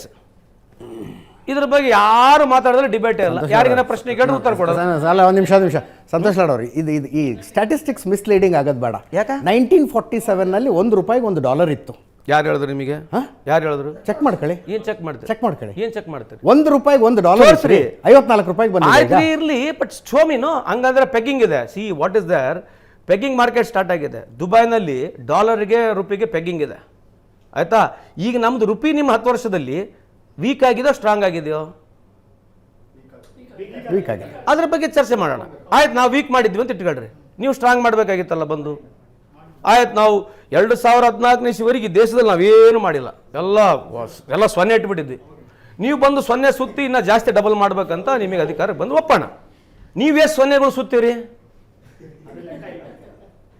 ಅದ್ರ ಬಗ್ಗೆ ಆಯ್ತು. ಅವಾಗ 20 ಪೈಸೆಗೆ $3 ಸಿಗ್ತದೆ, ಒಪ್ಕೊಂಡು ಬಿಡ್ರಿ. ಯಾಕಂದ್ರೆ 47 ನನಗೆ ಸ್ಟಾಟಿಸ್ಟಿಕ್ಸ್ ಇಲ್ಲ, because I have to honestly agree. ಆಯ್ತು, ನಾವಿಲ್ಲಿಂದ ಮೈನಸ್ ಮಾಡಕ್ಕಂತಾನೆ ಬಂದ್ವಿ. ನಿಮಗೆ $56 $1 ಕೊಟ್ಟಿದ್ವಿ, ನೀವೆಲ್ಲಿಗೆ ಹೋಯ್ದ್ರಿ? ಆಕ್ಚುಲಿ ಅಲ್ಲಲ್ಲ, ಎಲೆಕ್ಷನ್ಗೆ ಡಿಬೇಟ್ ಆಗಬೇಕಾಗಿರೋ ವಿಷಯನೇ ಇದು. ಮತ್ತೆ ವಿಷಯ ಇದೇ ವಿಷಯದ ಮೇಲೆ ಡಿಬೇಟ್ ಆಗಬೇಕು. ನೀವು ಹೇಳ್ದಂಗೆ 50-50 ಟೈಮ್ ಕೊಡಬೇಕು, ಇದರ ಮೇಲೆ ಡಿಬೇಟ್ ಆಗಬೇಕು. ಎಲೆಕ್ಷನ್ಗಳು ಹಿಂಗಾದ್ರೆ ಚೆನ್ನಾಗಿರುತ್ತೆ. ಹೌದು, ಮತ್ತೆ ಯಾರು ಏನ್ ಸಾಧನೆ ಮಾಡಿದ್ರು, ಯಾರ್ದು ವಯಸ್ಸು. I am cutting across. ಈಗ ಮೊನ್ನೆ ರಾಮ ಮಂದಿರದ ಓಪನಿಂಗ್ ಆಯ್ತು, ಒಪ್ಪಿದೆ. 20 ದಿನ. ಈಗ ರಾಮ ಮಂದಿರಿಗೆ ಹೋರಾಟ ಮಾಡಿದವರು ಈ ದೇಶದಾಗ ಎಷ್ಟು ಹಿಂದೂಗಳಿದ್ದಾರೆ, ಎಲ್ಲರೂ ಇದ್ದಾರೆ, ಬಹಳ ಪ್ರಮುಖರು ಇದ್ದಾರೆ, ಎಲ್ಲರೂ ಹೋರಾಟ ಮಾಡಿದ್ದಾರೆ. ಪ್ರೊಜೆಕ್ಷನ್ ತೊಗೊಂಡ್ರೆ ಯಾರು ನಿಮಗೆ ಗುರ್ತೈತದು. ಮತ್ತು ಈ ಥರ ಒಬ್ಬರಿಗೆ ನೀವು ನಾಳೆ ಅಜಿತ್ ಅವರೇ, ನಿಮಗೆ ಶ್ರೀಲಂಕಾದಾಗ ನಾನು ಇಷ್ಟು ಪಾಪ್ಯುಲಾರಿಟಿ ಕೊಟ್ಟರೆ ನೀವು ಪ್ರೆಸಿಡೆಂಟ್ ಆಗ್ಬಿಡ್ತೀರಲ್ಲ ಒಂದಲ್ಲಿ. ಸರ್, ನಿಮ್ಮದೊಂದು ಪಕ್ಷ ಇದೆ, ಅದಕ್ಕೊಬ್ಬ ನಾಯಕರಿದ್ದಾರೆ, ರಾಹುಲ್ ಗಾಂಧಿ. ಯಾವ INDA ಪ್ರಯತ್ನ ಮಾಡಿದ್ರಲ್ಲ 9 ತಿಂಗಳ ಚುನಾವಣೆಗಿರುವಾಗ, ಇದನ್ನು 2 ವರ್ಷಕ್ಕಿಂತ ಮುಂಚೆ ಮಾಡೋದಕ್ಕೆ ಏನಾಗಿತ್ತು? ಅಲ್ಲ ಸರ್, ಈಗ ಅಲ್ಲಿಂದ ಇಲ್ಲಿ ತನಕ 6 ಮೀಟಿಂಗ್ಗಳಾಗಿದ್ದಾವೆ. ಹೌದು, 6 ದಿವಸ ಕೆಲಸ ಮಾಡಿದೆ INDA. ಇದನ್ನು ಒಂದೇ ಸ್ಟ್ರೆಚ್ಗೆ 6 ದಿವಸ ಮಾಡಿ ಮುಗಿಸಿ ಬನ್ನಿ ಒಂದು ಸಮಾವೇಶ ಮಾಡೋಣ ಅಂದಿದ್ರೆ ಹೆಂಗಿರ್ತಿತ್ತು? ಏನಾಗಿದೆ? ಈ ಮೈತ್ರಿಕೂಟದ ಒಂದೇ ಒಂದು ಸಮಾವೇಶ ಆಗಿಲ್ಲ ಇನ್ನೂ ತನಕ. ಮೈತ್ರಿಕೂಟದ ಪಕ್ಷಗಳನ್ನು ಸೇರಿಸ್ಕೊಂಡಿರೋದಕ್ಕಾಗ್ತಿಲ್ಲ. 2 ತಿಂಗಳಲ್ಲಿ ಚುನಾವಣೆ ಇದೆ. ಒಂದು ಪಕ್ಷದ ನೇತೃತ್ವ ವಹಿಸಿಕೊಂಡಂಥವನು ಹೆಡ್ ಕ್ವಾರ್ಟರ್ನಲ್ಲಿ ಕೂತ್ಕೊಂಡು ಫೈರ್ ಫೈಟಿಂಗ್ ಮಾಡಬೇಕು. ಇವರು ಯಾತ್ರೆ ಮಾಡ್ಕೊಂಡಿದ್ದಾರೆ. ಈಗ ಕರೆಕ್ಟಾ? ಆ ರಾಹುಲ್ ಗಾಂಧಿ ಅವ್ರನ್ನ ಮುಂದೆ ಇಟ್ಕೊಂಡು ನೀವು ಅವ್ರನ್ನ ಪ್ರಧಾನಮಂತ್ರಿ ಮಾಡಬೇಕು ಅಂತ ಹೊರಟಿದ್ದೀರಿ. ಫೈಟಿಂಗ್ ಸ್ಪಿರಿಟ್ ಎಲ್ಲಿದೆ? ಹಿಂಗ್ಯಾಕೆ ಆಗ್ತಿದೆ ಅಂದ್ರೆ ಮಾಧ್ಯಮದಲ್ಲಿ ಮೋದಿನ ತೋರಿಸ್ತೀರಿ, ಮಾಧ್ಯಮದಲ್ಲಿ ಮೋದಿನ ತೋರಿಸ್ತೀರಿ. ಹೇಳ್ತಿರೋದು ಯಾಕೆ ಹೇಳ್ತೀರಿ ಗೊತ್ತಾ? ನೀವೆಲ್ಲ ಸ್ಪಿರಿಟ್ ಮೋದಿ ತೋರಿಸೋದು ಟಿವಿನಲ್ಲೇ. ನಮ್ಮ ಪ್ರಕಾರ ನೀವು ಅಷ್ಟೇ ರಾಹುಲ್ ಗಾಂಧಿಗೆ ತೋರಿಸ್ರಿ, ಪಾದಯಾತ್ರೆ ತೋರಿಸ್ರಿ. ರಾಹುಲ್ ಗಾಂಧಿ ಯಾಕೆ ತೋರಿಸಲ್ಲ? ಒಂದು ನಿಮಿಷ ಅಷ್ಟೇ ತೋರಿಸ್ರಲ್ಲ, ಒಂದು ನಿಮಿಷ ತೋರಿಸ್ರಿ. ಈಗ 5-5 ಸಾವಿರ ಕಿಲೋಮೀಟರ್ ತಿರುಗಾಡ್ರ ಅವರು, ಅಷ್ಟೇ ತೋರಿಸ್ರಿ ಅವ್ರದ್ದು. ಅವ್ರು ಪವರ್ಫುಲ್ ಆಗಲಿ ನನಗೆ ಹೇಳ್ರಿ, ನೆಕ್ಸ್ಟ್ ಇಲ್ಲೇ ಡಿಬೇಟಿಗೆ ಬರ್ತೀನಿ ನಾನು. 2001ರಲ್ಲಿ ನರೇಂದ್ರ ಮೋದಿ ಗುಜರಾತ್ನ ಮುಖ್ಯಮಂತ್ರಿ ಆದರು. ಹೌದು, ಇಮಿಡಿಯೇಟಾಗಿ ಗುಜರಾತ್ ಗಲಭೆ ಆಯಿತು. ಹೌದು. ಅದಾದ ನಂತರ 10 ವರ್ಷ ನಿರಂತರವಾಗಿ ಮೇನ್ ಸ್ಟ್ರೀಮ್ ಮೀಡಿಯಾ ಅವ್ರನ್ನ ವಿಚ್ಚಂಟು ಮಾಡಿದೆ. ಹೌದು, ಬೆನ್ನು ಹತ್ಕೊಂಡು ಕಾಡಿದ್ದಾರೆ ಅವರು. ಹೌದು, ಕುಂತಲ್ಲಿ ನಿಂತಲ್ಲಿ ಹೌದು ಕಾಡಿದ್ದಾರೆ. ಆ ರೀತಿಯಾಗಿ ಕಾಡಿದ್ರೆ ಒಬ್ಬ ಮನುಷ್ಯನ ಪೊಲಿಟಿಕಲ್ ಕರಿಯರ್ ಮುಗಿದು ಹೋಗಬೇಕಾಗಿತ್ತು. ಇಫ್ ಒಪಿನಿಯನ್ ಮೇಕಿಂಗ್ನ ಮೊನೋಪಲಿ ಮೇನ್ ಸ್ಟ್ರೀಮ್ ಮೀಡಿಯಾ ಹತ್ರನೇ ಇರೋದು ನಿಜ ಅಂತಾಗಿದ್ರೆ ನರೇಂದ್ರ ಮೋದಿ ಕತೆ ಮುಗಿಸ್ಬಿಡ್ತಿದ್ರಿ. ಮೇನ್ ಸ್ಟ್ರೀಮ್ ಮೀಡಿಯಾದ್ರು 10 ವರ್ಷ ಕಾಡಿದ್ದಾರೆ ಅವ್ರನ್ನ. ವೆರಿ ಗುಡ್ ಪ್ರಶ್ನೆ. ಕಾಡಿದಾರೆ ಅಂತ ಹೆಂಗೆ ಕೇಳಿದಾರೆ ಗೊತ್ತಾ? ಪ್ರಶ್ನೆನ ಕೇಳಿದಾರೆ. ಪ್ರಶ್ನೆ ಕೇಳಿದ್ರೆ ಕಾಡದಂಗೆ ಆಗೋದಲ್ಲ. ಪ್ರಶ್ನೆ ಕೇಳಿದ್ರೆ ಕಾಡದಂಗೆ ಆಗೋದಲ್ಲ. ನೀವು ಪ್ರಶ್ನೆ ಕೇಳ್ತಾ ಇದ್ದಾರೆ ಅಂತಂದ್ರೆ ಟಿ ವಿಯಲ್ಲಿ ತೋರಿಸ್ತಾ ಇದ್ದೇವೆ ಅಂತಲೇ ಅರ್ಥ. ಇಲ್ಲಿ ಟಿ ವಿಯಲ್ಲೇ ತೋರಿಸೋದಿಲ್ಲಲ್ಲ. ಕಾಡ್ರೆ 100 ಸಲ ಕೇಳ್ರಿ, ಅವ್ರ ಡಿಬೇಟ್ನ ತೋರಿಸೋದೇ ಇಲ್ಲ, ಅವ್ರು ಮಾತಾಡಿದ್ದು ತೋರಿಸೋದಿಲ್ಲ, ಪಾರ್ಲಿಮೆಂಟ್ನಾಗೆ ಯಾವನ ಬಂದು ತೋರಿಸೋದಿಲ್ಲ. ಇವು ಸರ್, ಇದು ನೋಡಿ, ಇದು ಪ್ರಧಾನಮಂತ್ರಿ ಮೋದಿ ಅವರಿಗೆ ಭಾಳ ಅನುಕೂಲ ಆಗ್ತಕ್ಕಂಥ ಸಿಚುವೇಶನ್ ಇದೆ. ಅವ್ರಿಗೆ ಅನುಕೂಲ ಆಗ್ಬೋದು, BJP ಅವರಿಗೂ ಅನುಕೂಲ ಆಗ್ಬೋದು, ಅದ್ರಿಗೂ ಆಗೋಲ್ಲ. If you only talk at ಹಿತಾಸಕ್ತಿ ಆಫ್ ಈ ದೇಶ, ನಮಗೂ ದೇಶ ಅಷ್ಟೇ ಇಂಪಾರ್ಟೆಂಟ್ ಇದೆ, ಅವ್ರಿಗೆ ಅಷ್ಟೇ ಇದೆ. But it is benefiting whom? If you don't want to speak on policies, if you don't want to speak on performances, so if ನೀವು ಭಾಳ ಇಂಪಾರ್ಟೆಂಟ್ ಇಶ್ಯೂನ ತೊಗೊಂಡು ಡಿಬೇಟ್ ಮಾಡಿದ್ರೆ ಅದಕ್ಕೆ ಅವರು ಬರ್ಬೋದು, ನಾವು ಬರ್ಬೋದು, ಕೆಲವು ಟೈಮ್ ನಾವು ರೈಟ್ ಇರ್ಬೋದು, ಅವ್ರು ರೈಟ್ ಇರ್ಬೋದು. ಆ ಡಿಬೇಟಿಗೆ ಅವಕಾಶನೇ ಕೊಡಲಾರಂಗೆ ಕಾಂಟ್ರವರ್ಸಿ ಇಶ್ಯೂಗಳಿಗಾಗೇ ಡಿಬೇಟ್ ಮಾಡ್ತಾ ಹೋದರೆ ಯಾರಿಗೆ ಬೆನಿಫಿಟ್ ಆಗುತ್ತೆ? It's not going to benefit anybody. ಇನ್ನೊಂದ್ಸಲ ಯೋಚನೆ ಮಾಡಿ ಹೇಳಿ, ರಾಹುಲ್ ಗಾಂಧಿ ಅವ್ರನ್ನ ಟಿ ವಿಲಿ ಜಾಸ್ತಿ ತೋರಿಸಿದ್ರೆ ಕಾಂಗ್ರೆಸ್ಸಿಗೆ ಲಾಭ ಆಗುತ್ತಾ? 100% ಯೋಚನೆ ಮಾಡಿ ಹೇಳಿ. 100% ಆಗುತ್ತೆ. ಅವರ ಭಾಷಣಗಳನ್ನು ಜಾಸ್ತಿ ತೋರಿಸಿದ್ರೆ ಕಾಂಗ್ರೆಸ್ಸಿಗೆ ಲಾಭ ಆಗುತ್ತೆ. ನೀವು ಎಡಿಟ್ ಮಾಡ್ಲಾರಂಗೆ ತೋರಿಸ್ರಿ ಭಾಷಣ. ಒಂದು ನಿಮಿಷ ಅವ್ರೊಬ್ಬರಿಲ್ಲ, ನೀವು ರಾಹುಲ್ ಗಾಂಧಿ ಒಬ್ಬರೇ ತೋರಿಸಿ. ಯೋಚನೆ ಮಾಡಿ ಹೇಳಿ. ರಾಹುಲ್ ಗಾಂಧಿ ಅವರ ಭಾಷಣವನ್ನು ಯಥಾವತ್ತಾಗಿ ಪ್ರಸಾರ ಮಾಡಿದ್ರೆ ಕಾಂಗ್ರೆಸ್ಗೆ ಲಾಭ ಆಗುತ್ತೆ ಅಂತೀರಿ? ಮೋದಿ ಅವ್ರದ್ದು ಕೂಡ ಬಹಳ ಭಾಷಣ ಯಥಾವತ್ತಾಗಿ ನೀವು ತೋರಿಸ್ತೀರಾ? ತೋರಿಸ್ತೀವಿ, ಕೊಡ್ತೀನಿ, ನಾನು ವಿಡಿಯೋಗಳು ಕೊಡ್ತೀನಿ, ತೋರಿಸ್ತೀವಿ. ನೋಡ್ರಿ, ನಾನು ಕೊಡ್ತೀನಿ. ರಾಹುಲ್ ಗಾಂಧಿ ಅವರು ಹಮಾಲಿ ಪ್ರಶ್ನೆ ಕೇಳಿದ್ರು ಉತ್ತರ ಕೊಡ್ತಾರೆ. ಯಾರೇ ಪ್ರಶ್ನೆ ಇಂಟೆಲೆಕ್ಚುಯಲ್ ಪ್ರಶ್ನೆ ಕೇಳಿದ್ರು ಕೂಡ ಪ್ರಶ್ನೆ ಕೊಡ್ತಾನೆ. ಪ್ರಧಾನಮಂತ್ರಿ 9 ವರ್ಷ ಆಯಿತು ಒಂದು ಮೀಡಿಯಾಗೆ ಅಡ್ರೆಸ್ ಮಾಡಿಲ್ಲ. ನೀವು ಬರ ಪ್ರಶ್ನೆಗಳು ಅವ್ರಿಗೂ ಕೇಳ್ರಿ, ಅವಾಗ ನೋಡೋಣ ಯಾರು ನಾಲೆಜ್ ಎಷ್ಟಿದೆ ಅಂತ ಗೊತ್ತಾಗುತ್ತಲ್ಲ. ಏನಾಗುತ್ತೆ, ಅನ್ಪ್ರಿಪೇರ್ಡ್ ಆಗಿ ಯಾವುದೋ ಲೀಡರ್ ಯಾವುದೇ ಪ್ರಶ್ನೆ ಕೇಳಿದ್ರೆ ನನಗೂ ನೀನು ಇಲ್ಲಿ ಕುಂದ್ರಿಸಿ ಕೇಳಿದ್ರೆ ಎಲ್ಲ ಇತಿಹಾಸ ಗುರ್ತಿರೋದಿಲ್ಲ. ಬಟ್ ನೀವು ಅದ್ಭುತವಾಗಿ ಉತ್ತರ ಕೊಡ್ತಿದ್ದೀರಿ. ಹೌದು, ಇರಲಿ. ಬಟ್ ನೀವು ಅಲ್ಲ, ಮೋದಿಯವ್ರಿಗೆ ಕೇಳ್ರಲ್ಲ ಎಷ್ಟು ಅದ್ಭುತವಾದ ಉತ್ತರ ಬರ್ದು ನಾವು ನೋಡೋಣಲ್ಲ. ನೀವು ಸಣ್ಣ ಹುಡುಗರನ್ನ ಕುಂದ್ರಿಸ್ಕೊಂಡ್ರೆ ಅವ್ರು ಮಾತಾಡ್ರೆ ನಾನು ಹೇಳಲ್ಲ ಭಾಷಣಗಳು, ಕ್ಲೈಮೇಟ್ ಕ್ಲೌಡ್ ಕೆಳಗೆ ಹೋಗೋದು ಅದು ಮಾತಾಡೋಣ, ಹಂಗಿದಾವೆ. ಅದನ್ನ ಜಾಸ್ತಿ ತೋರಿಸಿ ಅವ್ರಿಗೆ ಡಿಫೇಮ್ ಮಾಡಲ್ಲ. ನೀವು ಯಾವ್ದ್ರೆ ಒಬ್ಬ ದೇಶದ ಪ್ರಧಾನಮಂತ್ರಿ ಹೇಳ್ಬೋದು ಹಂಗೆ ಕ್ಲೌಡ್ ಕೆಳಗೆ ಹೋಗ್ಬಿಡುತ್ತೆ, ಹೆಲಿಕಾಪ್ಟರ್ ಕಾಣಂಗಿಲ್ಲ ಅಂತ ಹೇಳಿ. ಸೈನ್ಸ್ ಮಾತಾಡೋಣ ಈಗ ಸೈನ್ಸ್ ಮಾತಾಡೋಣ, ಹೇಳ್ರಿ, ಏನ್ ಬೇಕಂತ ಮಾತಾಡ್ರಿ. ಸಿ, ನಾವೇನ್ ಹೇಳ್ತಾ ಇದೀವಿ, ಒಬ್ಬರನ್ನ ಡಿಫೇಮ್ ಮಾಡಿ ಇನ್ನೊಬ್ಬರ ಪ್ರಮೋಟ್ ಮಾಡಬೇಡಿ. If is okay, if is not spoken well also, but it's not a mandatory show only negative things about him ಅಲ್ಲ. Moral of the story is 2014ರಲ್ಲಿ ಕಾಂಗ್ರೆಸ್ 44 ಬಂದಿದ್ದಕ್ಕೆ 2019ರಲ್ಲಿ ಕಾಂಗ್ರೆಸ್ 52 ಬಂದಿದ್ದಕ್ಕೆ ಮಾಧ್ಯಮ ಕಾರಣ ಅಲ್ಲ. ಮೆಜಾರಿಟಿ ಯಾಕೆ ಕಾರಣ ಅಂತ ಕೂಡ ಹೇಳ್ತೀನಿ ಕೇಳ್ರಿ. ನೀವು ಟೈಮ್ ಫ್ರೇಮ್ ತೆಗೆದುಕೊಂಡು ಮಾಡಿ ಸರ್. ಈಗ ಸುಮ್ಮನೆ ಉದಾಹರಣೆಗೆ ಇದು ನಾವು ಕಳೆದ 10 ವರ್ಷದಿಂದ ಬೇಡ 5 ವರ್ಷ ತಗೊಳ್ರಿ, ಡಿಬೇಟ್ಗಳು ಯಾವ್ಯಾವ ಚೆಕ್ ಮಾಡಿ ಅಲ್ಲ, ಯಾವ ವಿಷಯದ ಮೇಲೆ ಡಿಬೇಟ್ಗಳಾಗಿದ್ದಾವೆ ಹೇಳಿ, ಚೆಕ್ ಮಾಡಿ. ಸರ್ ನಮಸ್ಕಾರ, ನನ್ನ ಹೆಸರು ಕಲೈ ಅಂತ, ಆಮ್ ಆದ್ಮಿ ಪಕ್ಷದಿಂದ. ಸರ್, ಕರ್ನಾಟಕದಲ್ಲಿ ಪ್ರತಿ 5 ವರ್ಷ ಸರ್ಕಾರ ಬದಲಾವಣೆ ಆಗುತ್ತೆ. JDS ಇರುತ್ತೆ, BJP ಇರುತ್ತೆ, ಕಾಂಗ್ರೆಸ್ ಇರುತ್ತೆ. ಬಟ್ ಭ್ರಷ್ಟಾಚಾರ ಯಾವತ್ತೂ ಬದಲಾವಣೆ ಆಗೇ ಇಲ್ಲ. ಇವತ್ತಿಗೂ ನೀವು BBMP ಆಫೀಸ್ಗೆ ಹೋದರೆ ನೀವು ಬ್ರೈಬ್ ಕೊಡಿದ್ರೆ ಯಾವುದೇ ಗೌರ್ಮೆಂಟ್ ಕೆಲಸ ನಡೆಯಲ್ಲ. ಇದು ಈ ಬದಲಾವಣೆ ಮಾಡೋಕ್ಕೆ ನಿಮ್ಮ ಪ್ರಯತ್ನ ಏನಿರುತ್ತೆ? ನಿಮ್ಮ ಸರ್ಕಾರ ಯಾವ ಥರ ಪ್ರಯತ್ನ, ಇದ್ರಿಗೂ ಏನು ಪ್ರಯತ್ನ ಮಾಡಿಲ್ಲ, ಬಟ್ ಯಾವ ಥರ ಪ್ರಯತ್ನ ಮಾಡ್ತೀರಾ? ಭ್ರಷ್ಟಾಚಾರ ಹೇಗೆ ಕಡಿಮೆ ಮಾಡ್ತೀರಾ? ಫ್ಯಾಕ್ಟ್ ಹೇಳ್ಬೋದಾ? ನಾನ್ ಕರಪ್ಟ್ ಗೌರ್ಮೆಂಟ್ಗಳು ಆಗ್ಬೇಕಂದ್ರೆ ಈ ದೇಶದಲ್ಲಿ ಮತ್ತು ಬಸವಣ್ಣವರು ಅಂಬೇಡ್ಕರ್ ಹುಟ್ಟು ಬರಬೇಕು. A government can practice transparency. The more transparency, more accountability ತಂದಾಗ, ಸಿಸ್ಟಮ್ನಲ್ಲಿ ಅಜಿತಿಗೆ ನಮಗೆ ಟ್ಯಾಂಪರಿಂಗ್ ಮಾಡಲಿಕ್ಕೆ ಚಾನ್ಸ್ ಬಿಟ್ಟಾಗ, then only there is a definite absolute transparency ಆಗುತ್ತೆ. ಒಂದು ಅಡ್ಮಿನಿಸ್ಟ್ರೇಷನಲ್ಲಿ ಇವತ್ತು ಅಜಿತ್ ಅವ್ರು ಆ ಜಾಗಕ್ಕೆ ಬಂದರೆ ನಾನು ಆ ಜಾಗಕ್ಕೆ ಬಂದೆ, ನೀವು ಅಲ್ಲಿ ಬಂದು ನಾನ್ ಕರಪ್ಟ್ ಇದ್ದರೆ ಆ ಟೈಮಿಗೆ ಅಷ್ಟೇ ನಾನ್ ಕರಪ್ಟ್ ಆಗುತ್ತೆ ಅದು, ಅಥವಾ ಕರಪ್ಟ್ ಆಗುತ್ತೆ. If are very non corrupt officer, ಆ ಟೈಮಿಗೆ ಮಾತ್ರ ನಾನ್ ಕರಪ್ಟ್ ಆ ಫೈಲ್ ಇರ್ಬೋದು ಅಷ್ಟೇ. ನೀವು ಹೋದ್ಮೇಲೆ ಇನ್ನೊಬ್ಬನು ಬರ್ತಾನೆ, if you wants to practise corruption you can practise corruption. If people want to debate on this firm, yes we can have. Corruption ಮಾಡಲಿಕ್ಕೆ ಎಲ್ಲರಿಗೂ ಅವಕಾಶ ಎಲ್ಲ ಪೊಲಿಟಿಕಲ್ ಪಾರ್ಟಿ ಬಂದಾಗ. ನೀವೇನು ಹೇಳ್ತಿದ್ರೆ, ನಿರಂತರವಾಗಿ ಅದನ್ನು ತೆಗಿಬೇಕಾಗಿದ್ದರೆ, ಪರಾಯವಾಗಿ ಇದನ್ನು ಕಮ್ಮಿ ಮಾಡಬೇಕು, ಕ್ರಮೇಣವಾಗಿ ಭಾಳ ಕಮ್ಮಿ ಆಗಬೇಕಂದ್ರೆ transparency, technology is the only way to go head. ನನ್ನ ಹೆಸರು ಎಂ ಗೋಪಾಲ್ ಅಂದ್ಬಿಟ್ಟು. ಇಲಾಖೆಯಲ್ಲಿ ಆ ಅನುದಾನನ ಬೇರೆ ಕಡೆ ವರ್ಗಾವಣೆ ಆಗೋ ಒಂದು ಮಾಹಿತಿ ಇದೆ, ಅದನ್ನ ಎಷ್ಟಿದೆ, ಮುಂದಕ್ಕೆ ನಿಮ್ಮ ಕಾರ್ಮಿಕರಿಗೆ ಏನು ಯೋಜನೆಗಳನ್ನ ಎಲ್ಲಿಗೆ ವರ್ಗಾವಣೆ ಆಗ್ತಿದೆ? ಬೇರೆ ಇದು ಭಾಗ್ಯಗಳಿಗೆ ವರ್ಗಾವಣೆ, ಒಂದು ಕಾರ್ಮಿಕರಿಗಾಗಿ ಇಟ್ಟಿರುವ ಹಣ ಭಾಗ್ಯಗಳಿಗೆ ಹೋಗ್ತಾ ಇದೆ. ಅದನ್ನ ಉಳಿಸ್ಕೊಂಡು ಕಾರ್ಮಿಕರಿಗೆ ಸಿಗಬೇಕು ಅಂತ ನನ್ನ ಬೇಡಿಕೆ. ಓಕೆ, ಸಂತೋಷ್ ಲಾಡ್ ಅವರೇ, ಕ್ಯಾಮ್ರಾದ ಮುಂದೆ ನೀವು ಒಪ್ಕೋತಿರೋಲ್ಲ ಗೊತ್ತಿಲ್ಲ, ಅನೇಕ ಜನ ಕಾಂಗ್ರೆಸ್ ಮುಖಂಡರ ಜೊತೆಗೆ ಮಾತಾಡಿದ್ದೀನಿ, ಮಿನಿಸ್ಟರ್ಸ್ MLAಗಳ ಜೊತೆಗೆ ಮಾತಾಡಿದ್ದೀನಿ. ಈ ಭಾಗ್ಯಗಳ ಕಾರಣಕ್ಕಾಗಿ ಕೈ ಕಟ್ಟಿ ಹಾಕದಂಗಾಗಿದೆ ನಮಗೆ. ಇಲ್ಲ, ಅವರು ಪ್ರಶ್ನೆ ಇದ್ದು ಬದ್ದ ದುಡ್ಡನ್ನೆಲ್ಲ ತಗೊಂಡೋಗಿ ಭಾಗ್ಯಗಳಿಗೆ ಹಾಕ್ತಾ ಇದ್ದೀವಿ ಅಂತ. ಹಾಗೆ ನಿಮ್ಮ ಇಲಾಖೆಯ ದುಡ್ಡು ಹೋಗಿದೆ ಕಾರ್ಮಿಕರಿಗಾಗಿ ಇರಬೇಕಾದ. 2007ನೇ ಇಸ್ವಿಲಿಂದ ಈ ಬೋರ್ಡ್ ಪ್ರಾರಂಭ ಆಯಿತು. ಇಲ್ಲಿವರೆಗೆ 13,000 ಕೋಟಿ ಅದು ಕಲೆಕ್ಷನ್ ಆಗಿದೆ. 13,000 ಕೋಟಿ ಕಲೆಕ್ಷನ್ನಲ್ಲಿ ಇನ್ಕ್ಲೂಡಿಂಗ್ ಇಂಟ್ರೆಸ್ಟ್ ನಮಗೆ 13,000 ಕೋಟಿಲಿ ನಾವು ಸರ್ಕಾರಕ್ಕೆ ಬರೋಕ್ಕಿಂತ ಮುಂಚೆ 6,500 ಕೋಟಿ ಖರ್ಚಾಗಿದೆ. ಇದರಲ್ಲಿ ಸುಪ್ರೀಂ ಕೋರ್ಟ್ ಗೈಡ್ಲೈನ್ಸ್ ಇದೆ, ಆಮೇಲೆ ಭಾರತ ಸರ್ಕಾರದ ಕೂಡ ಗೈಡ್ಲೈನ್ಸ್ ಇದೆ. ಈ ಇಲಾಖೆಯ ದುಡ್ಡು ಬೇರೆ ಯಾವುದು ಇಲಾಖೆಗೆ ಹೋಗೋಕ್ಕಾಗೋದಿಲ್ಲ. ಇದು ಕಂಪ್ಲೀಟ್ಲಿ ವೆಲ್ಫೇರ್ ಆಫ್ ಬರೀ ಕನ್ಸ್ಟ್ರಕ್ಷನ್ ಲೇಬರ್ಸ್ಗೆ ಯೂಸ್ ಮಾಡಬೇಕಂತಕ್ಕಂಥದ್ದು ಕಾನೂನಿದೆ. ನಾವು ಬಂದಾದ್ಮೇಲೆ ಆಗಿರಲಿ, ಹಿಂದೇನು ನನಗೆ ಸಂಪೂರ್ಣ ಮಾಹಿತಿ ಇಲ್ಲದ್ರೂ ಕೂಡ ಬಹುತೇಕ ಯಾವುದೇ ಸರ್ಕಾರಗಳು ಬಂದರೂ ಕೂಡ ಈ ದುಡ್ಡನ್ನ ಬೇರೆ ಯಾವುದೇ ಇಲಾಖೆಗೆ ಡೈವರ್ಸಿಫಿಕೇಶನ್ ಮಾಡಕ್ಕೆ ಬರಲ್ಲ. ಈಗ ಎಷ್ಟಿದೆ ಸರ್ ಕಾರ್ಮಿಕ? ಈಗ 6,500 ಕೋಟಿ ಇದೆ ಈಗ ಸದ್ಯ. 13,000 ಕೋಟಿ ಇರೋದು ನಾವು ಸರ್ಕಾರಕ್ಕೆ ಬರೋಕ್ಕಿಂತ ಮುಂಚೆ 6,500 ಕೋಟಿ ಇದೆ. ಈಗ ಸದ್ಯಕ್ಕೆ 6,500 ಕೋಟಿ ಇದೆ. ಓಕೆ, ಅವ್ರ ಪ್ರಶ್ನೆಗೆ ಉತ್ತರ ಆಯ್ತು. ನನ್ನ ಪ್ರಶ್ನೆಗೆ ಉತ್ತರ ಕೊಡಿ. ಎಲ್ಲ ದುಡ್ಡು ತಗೊಂಡೋಗಿ ಭಾಗ್ಯಗಳಿಗೆ ಹಾಕಿದ್ದರಿಂದಾಗಿ ಅಭಿವೃದ್ಧಿ ಕೆಲಸ ಮಾಡೋದು ಒದ್ದಾಟ ಆಗ್ಬಿಟ್ಟಿದೆ ಅಂತ. ಈಗ ಇದ್ರ ಬಗ್ಗೆ ನಾವೇನು 58,000 ಕೋಟಿ ಇವರೆಲ್ಲರ ಅಕೌಂಟಿಗೆ ದುಡ್ಡು ಹೋಗ್ತಾ ಇದೆ. ಈ ವರ್ಷದಲ್ಲಿ ಕಂಪ್ಲೀಟಾಗಿ ದೊಡ್ಡ ಪ್ರಾಜೆಕ್ಟ್ಸ್ಗಳು ಯಾವನ್ನ ಭಾಳ ಅಂಬಿಷಿಯಸ್ ಪ್ರಾಜೆಕ್ಟ್ಸ್ಗಳು ತೊಗೊಳಕ್ಕೆ ಬಂದಿಲ್ಲ.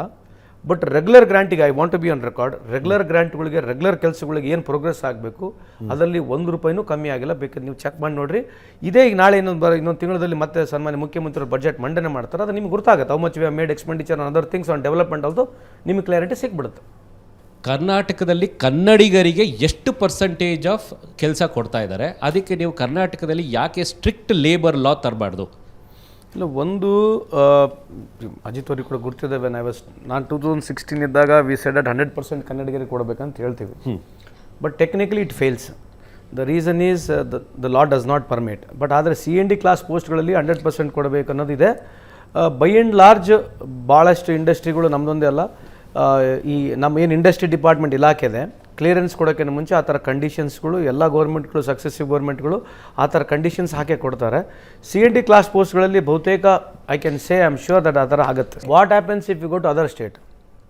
ನಮ್ಮವರು ಕೂಡ ಕನ್ನಡಿಗರು ಬೇರೆ ಸ್ಟೇಟ್ನಲ್ಲಿದ್ದಾರೆ, ಬೇರೆ ಕಂಟ್ರಿಲಿ ಕೂಡ ಇದ್ದಾರೆ. ನಿಮ್ಮ ಕ್ವಶನ್ ವ್ಯಾಲಿಡ್ ಇದೆ. CND ಕ್ಲಾಸ್ ಪೋಸ್ಟ್ಗಳಲ್ಲಿ ಆಮೇಲೆ ನೀವು ಲ್ಯಾಂಡ್ ಲೂಸರ್ಸಿಗೆ ಕೊಡಲ್ಲ ಅಂತ ಹೇಳ್ತಾರಲ್ಲ, ಯಾರ್ಯಾರು ಲ್ಯಾಂಡ್ ಅವಾರ್ಡ್ ಇರ್ತಾರಲ್ಲ ಅವ್ರು ಅರ್ಹತೆ ತಕ್ಕಂಗೆ, ಇಫ್ ಸಂಬಡೀಸ್ ಡಿಗ್ರಿ ಆಗಿರ್ಬೋದು, ಇಂಜಿನಿಯರಿಂಗ್ ಆಗಿರ್ಬೋದು, ITM ಅದು ಕೊಡ್ತಾರೆ. Any land loser if is an awardee they will definitely get the jobs. ಅಲ್ಲಿ ಸ್ಥಳೀಯರಿಗೆ ಅವ್ರು ಲ್ಯಾಂಡ್ ಕೊಟ್ಟಿರಲಿ ಬಿಟ್ಟಿರಲಿ ಆ ಏರಿಯಾದಲ್ಲಿ ಲೋಕಲ್ನವರಿಗೆ CND ಪೋಸ್ಟ್ಗಳಲ್ಲಿ ಡೆಫಿನೆಟ್ಲಿ 100% ಅವಕಾಶ ಕೊಡ್ತಾರೆ. ಲೋಕಲ್ ಕಾಂಟ್ರಾಕ್ಟ್ಸ್ಗಳು ಅವರಿಗೆ ಕೊಡ್ತಾರೆ. ಬಟ್ ಮೇರೆ ಆಸ್ ಯು ಗೋ ಅದರಲ್ಲಿ ತಕರಾರಿಲ್ಲ ನನಗೆ. ಏನಾಗುತ್ತೆ, ಈಗ ಬ್ಯಾಂಗ್ಳೂರ್ ಅಂತ ಇಟ್ಕೊಳ್ಳಿ. ಬ್ಯಾಂಗ್ಳೂರಲ್ಲಿ ಈಗ ಎಷ್ಟು IT-BT ರೆವಿನ್ಯೂ ಇನ್ಕಮ್ ಜನರೇಟ್ ಮಾಡ್ತಾ ಇದೆ, ಅದರಲ್ಲಿ ಆ್ಯಸ್ ಎ ಎಂಪ್ಲಾಯಿ ಅವ್ರು ಏನು ಅರ್ನ್ ಮಾಡ್ತಾ ಇದ್ದಾರೆ, ನಮ್ಮ ಕರ್ನಾಟಕದವರು ಕನ್ನಡದವರು ಅರ್ನ್ ಮಾಡ್ತಾ ಇಲ್ಲ. ಬೇರೆ ರಾಜ್ಯದಿಂದ ಬರ್ತಿರೋವಂಥವ್ರು ಮಾತ್ರನೇ ಮ್ಯಾಕ್ಸಿಮಮ್. ಇತ್ತೀಚೆಗಂತೂ ಇನ್ನೂ ಜಾಸ್ತಿ ಆಗಿದೆ ನಿಮಗೆ.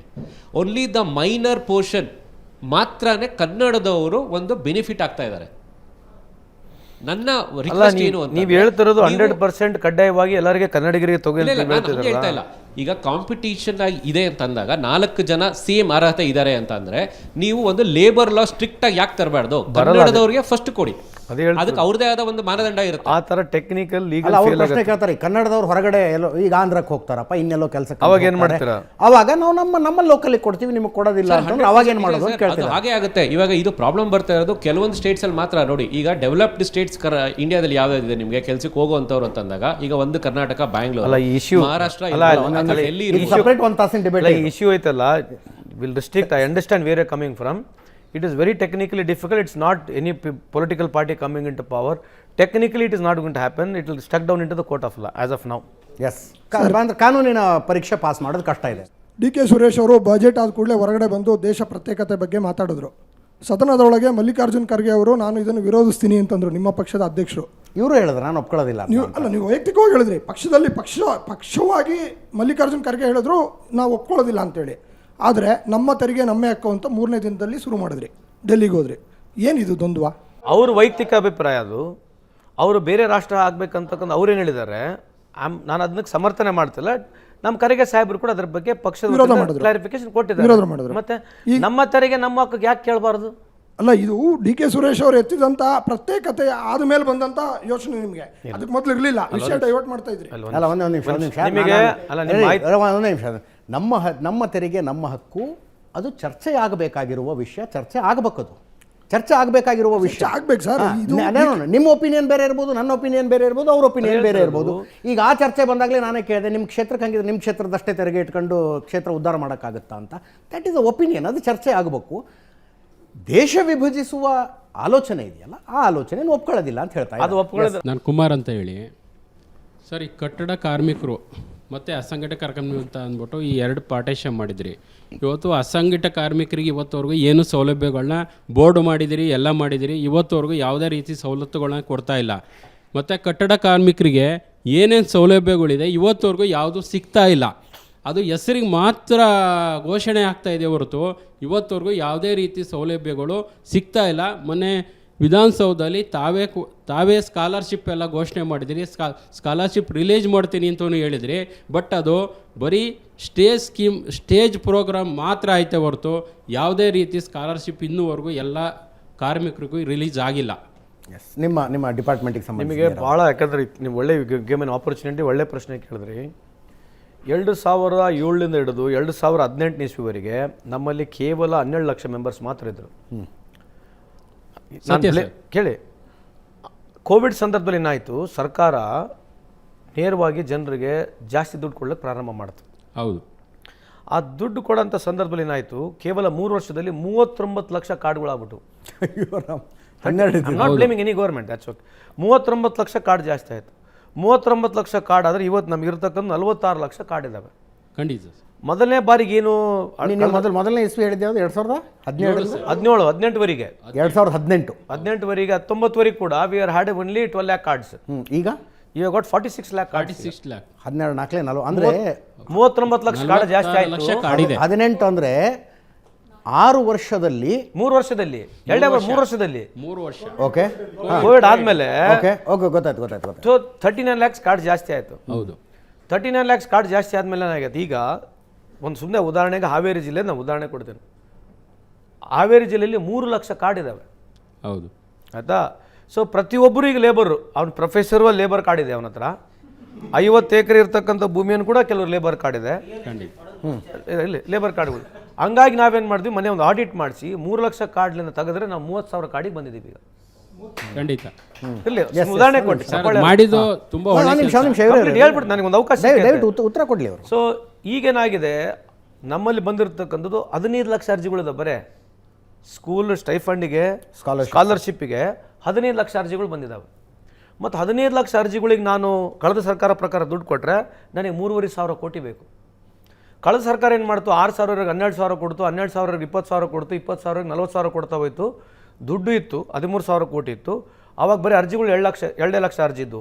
ಈಗ 15 ಲಕ್ಷ ಅರ್ಜಿ ಇದೆ. ಅದಕ್ಕೆ ನಾವು ಬಂದಮೇಲೆ ಏನು ಮಾಡಿದ್ವಿ, ಒಂದು ಮಾನದಂಡ ಮಾಡಿದ್ವಿ. ಬೇರೆ ಇಲಾಖೆಗಳು ಏನು ದುಡ್ಡು ಕೊಡ್ತಾ ಇದ್ದಾವೆ ಅದರ ಅನುಗುಣವಾಗಿ ಸ್ವಲ್ಪ ಜಾಸ್ತಿ ಕೊಡ್ತಾ ಇದ್ದೀವಿ. ಈ ಆ ಥರ ಕೊಟ್ಕೊಂಡು ಹೋದರೆ ಕಳೆದ ಸರ್ಕಾರ ಈ ಸ್ಕಾಲರ್ಶಿಪ್ಗೆ ಅಂತ ಎಷ್ಟು ಸ್ಪೆಂಡ್ ಮಾಡಿತ್ತು? 700 crores, 800 crores, ಟೋಟಲ್ 2,500 crores. ಮತ್ತೆ ನೀವು ಕಮ್ಮಿನೂ ಮಾಡಿದ್ರಿ ಈ ಸಲ. ಅದನ್ನ ಕೇಳಿಸ್ಕೊಳ್ಳೋ ಮಾರೆ, ಅಲ್ರಿ ಅವ್ರು 2 ಲಕ್ಷ ಅರ್ಜಿ ಇತ್ತು ಅವಾಗ. ಈಗ 15 ಲಕ್ಷ ಅರ್ಜಿ ಬಂದೈತೆ. ನಾನು 15 ಲಕ್ಷ ಅರ್ಜಿ ನನಗೆ ಕಳೆದ ಸರ್ಕಾರ ಅಷ್ಟೇ ದುಡ್ಡು ಕೊಟ್ಟರೆ ನನಗೆ 3,500 ಕೋಟಿ ಬೇಕು. ನನಗೆ ಆದಾಯ ಇರತಕ್ಕಂಥದ್ದು ಕೇವಲ 1,000 ಕೋಟಿ ಮಾತ್ರ. ಇದು ಒಂದೇ ಒಂದು ಕಾರ್ಯಕ್ರಮಕ್ಕೆ. ಇನ್ನು 14 ಕಾರ್ಯಕ್ರಮಗಳಿದ್ದಾವೆ.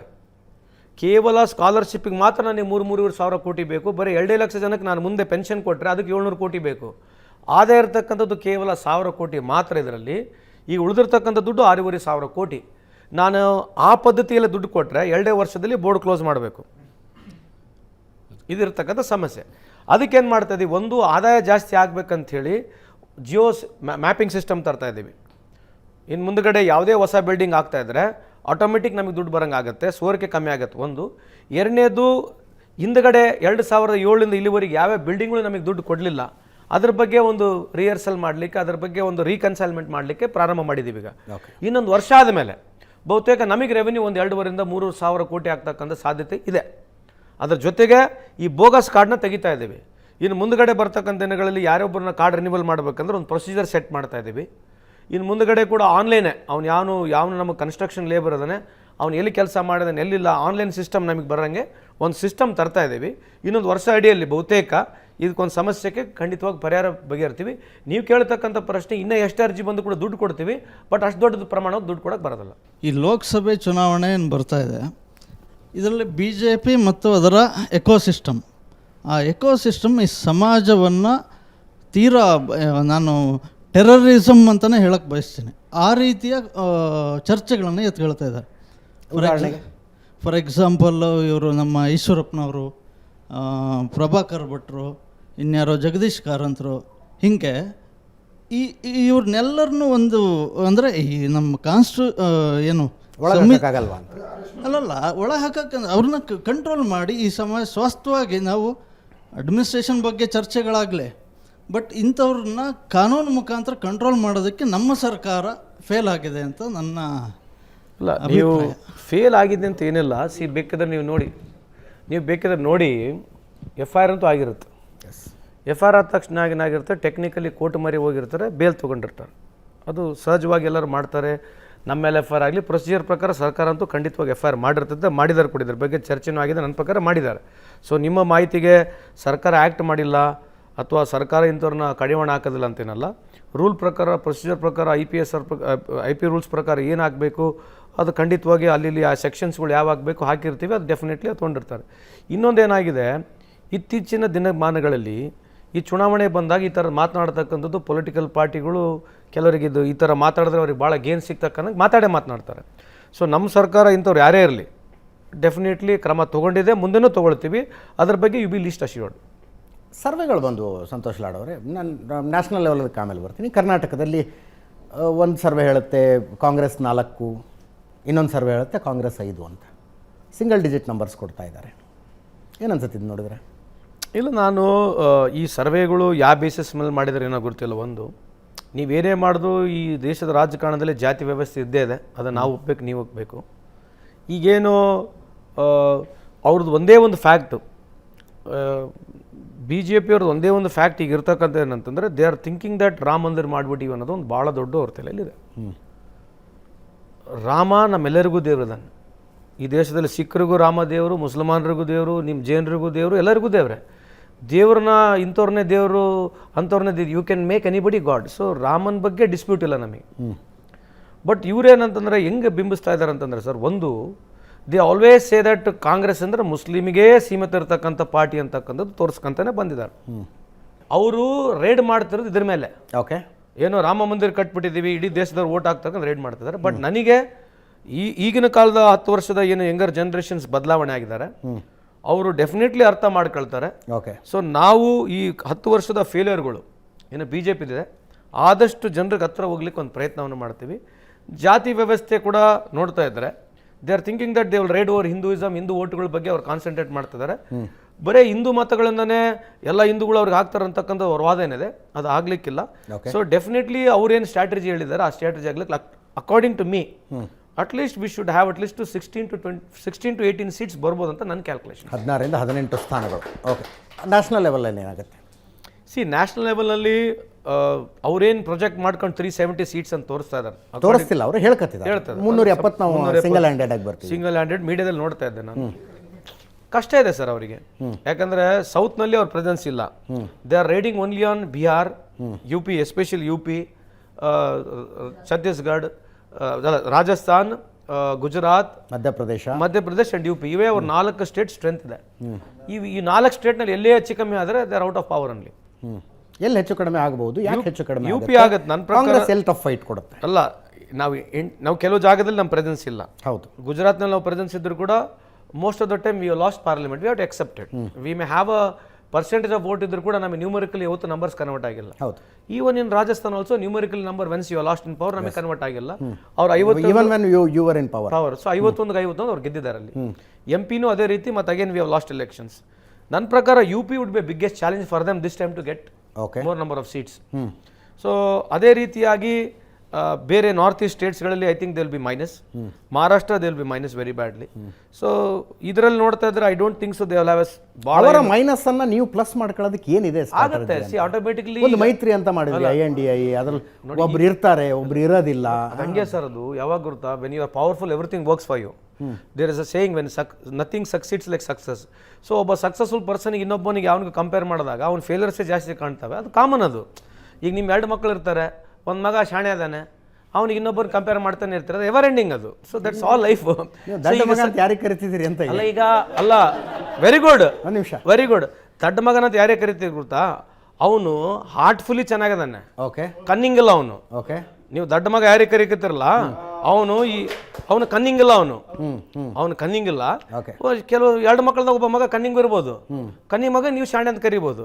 ನಮ್ಮ ಮಗ ಕನ್ನಿಂಗ್ ಇಲ್ಲ ಅಂತ ನಮ್ಮ ವಾದ ಅಂತ ಈ ಸಂದರ್ಭ ಹೇಳಲಿಕ್ಕೆ ಇಚ್ಛೆ. ಸೊ ರಾಹುಲ್ ಗಾಂಧಿ ಈ ಸಲ ಪ್ರಧಾನಮಂತ್ರಿ ಮಾಡಬೇಕು, ಪ್ರಧಾನಮಂತ್ರಿ ಆಗ್ಬೇಕಂತ ಅರ್ಹತೆ ಅವ್ರ ಹತ್ರ ಇದೆ. ರಾಹುಲ್ ಗಾಂಧಿ ಅವರಿಗೆ ಓಕೆ. ಅಲ್ಲ ನಾಳೆ ಅಲ್ರಿ ನಿಮ್ಮ ಹತ್ರನೂ ಅರ್ಹತೆ ಇದೆ. What is there? ಪ್ರಧಾನಮಂತ್ರಿ ಯಾರನ್ನ ಆಗ್ಬೋದು, ನಂಬರ್ಸ್ ಬೇಕು ಅವರಿಗೆ. ಸೊ ನಂಬರ್ಸ್ ಬರ್ತಕ್ಕಂಥದ್ದು always it's a question mark. But this time I personally feel the amount of efforts he has made without all is humiliation. ನೋಡಿ ಸರ್, ಒಂದು ಮಾತ್ರ ಹೇಳ್ತೀನಿ, ನೀವು ಇಲ್ಲಿ ಇರ್ತೀರ, ರಾಜಕಾರಣದಲ್ಲಿ ನಾವು ಇರ್ತೀವಿ. ಇಷ್ಟು ಹ್ಯೂಮಿಲೇಷನ್ ತೊಗೊಂಡು, ಇಷ್ಟು ಇನ್ಸಲ್ಟಿಂಗ್ ಎಲ್ಲ ತೊಗೊಂಡು, ಇಷ್ಟೆಲ್ಲ ಮೋಸ್ಟ್ ಆಫ್ ದ ಎಲೆಕ್ಷನ್ ಸೋತರು ಕೂಡ ಇವತ್ತು ಜನರ ಮಧ್ಯೆ ಹೋಗಿ ಧೈರ್ಯವಾಗಿ ನಿಂತ್ಕೊಂಡು ತಿರುಗ್ತಕ್ಕಂಥಲ್ಲ, ಇದಕ್ಕೆ is one of the most tallest and strongest leader. ನೀವು ಇತಿಹಾಸದ ಹುಡುಕಿದ್ರೆ ಸಿಗಲ್ಲ. ಯಾಕಂದರೆ ಇತ್ತೀಚಿನ ಮಾಡರ್ನ್ ಡೇನಲ್ಲಿ ಇಷ್ಟು ಹ್ಯೂಮಿಲೇಷನ್ ಫೇಸ್ ಮಾಡಿ ಜನರ ಜೊತೆ ಹೋಗಿ ನಿಂತ್ಕೊಂಡು ಇಡೀ ಪ್ರೊಜೆಕ್ಷನ್ ಇರ್ತಕ್ಕಂಥ ವ್ಯವಸ್ಥೆ ವಿರುದ್ಧ, because the entire machineries with Modi sir, ನೀವು ಒಪ್ತಿರಲ್ಲ, ನೀವು ಒಪ್ಪಲಿಕ್ಕಿಲ್ಲ. The entire missionary in the country is one side against to him, but still is facing it. Today or tomorrow politics will change. ಇವತ್ತೇನು ನಿಮ್ಮ ಅಭಿಪ್ರಾಯ ಇದೆ, 10 ವರ್ಷ ಆದಮೇಲೆ ಇದೇ ಸ್ಟುಡಿಯೋದಲ್ಲಿ ಬರ್ತೀನಿ, ನಿಮ್ಮ ಅಭಿಪ್ರಾಯನೂ ಚೇಂಜ್ ಆಗುತ್ತೆ, ಆ ನಂಬಿಕೆ ನನ್ನಲ್ಲಿದೆ. ಈ ಚುನಾವಣೆಯಲ್ಲಿ ಕಾಂಗ್ರೆಸ್ ಎಷ್ಟಕ್ಕೆ ಹೋಗಿ ರೀಚ್ ಆಗ್ಬೋದು ಅಂತ? I feel we will come to at least 160 seats ಆಗ್ಬೋದು ಸರ್. 140 to 160 seats. ಯಾವ ರಾಜ್ಯದಲ್ಲಿ ಪ್ಲಸ್ ಆಗುತ್ತೆ ನಿಮಗೆ? ನನಗೆ UP-ನಲ್ಲ, ನಮಗೆ ಸೌತ್ ಇಂಡಿಯಾನಾಗ ನಾವು ಇನ್ನೊಂದು 20-25 ಸೀಟ್ಸ್ ಜಾಸ್ತಿ ಆಗ್ತೀವಿ. ಮಹಾರಾಷ್ಟ್ರನ ಒಂದು 15 ಸೀಟ್ ಗೇನ್ ಆಗ್ಬೋದು. ಓಕೆ. ನಾರ್ತ್ ಈಸ್ಟ್ನಲ್ಲಿ ಒಂದು 10 to 11 ಸೀಟ್ಸ್ ಜಾಸ್ತಿ ಆಗ್ಬೋದು ಸರ್. 160ರಿಂದ 170 ಅಂದರೆ ಈಗಿರೋದಕ್ಕಿಂತ ಮಿನಿಮಮ್ 100 ಜಾಸ್ತಿ ಆಗೋದ್ರ ಬಗ್ಗೆ ಮಾತಾಡ್ತೀವಿ. Very ambitious. ರಫ್ಲಿ ಒಂದು 80 ಸೀಟ್ಸ್ ಜಾಸ್ತಿ ಆಗ್ಬೋದು. ನಾವಿನ್ನು 120ವರೆಗೆ ಬರ್ಬೋದು.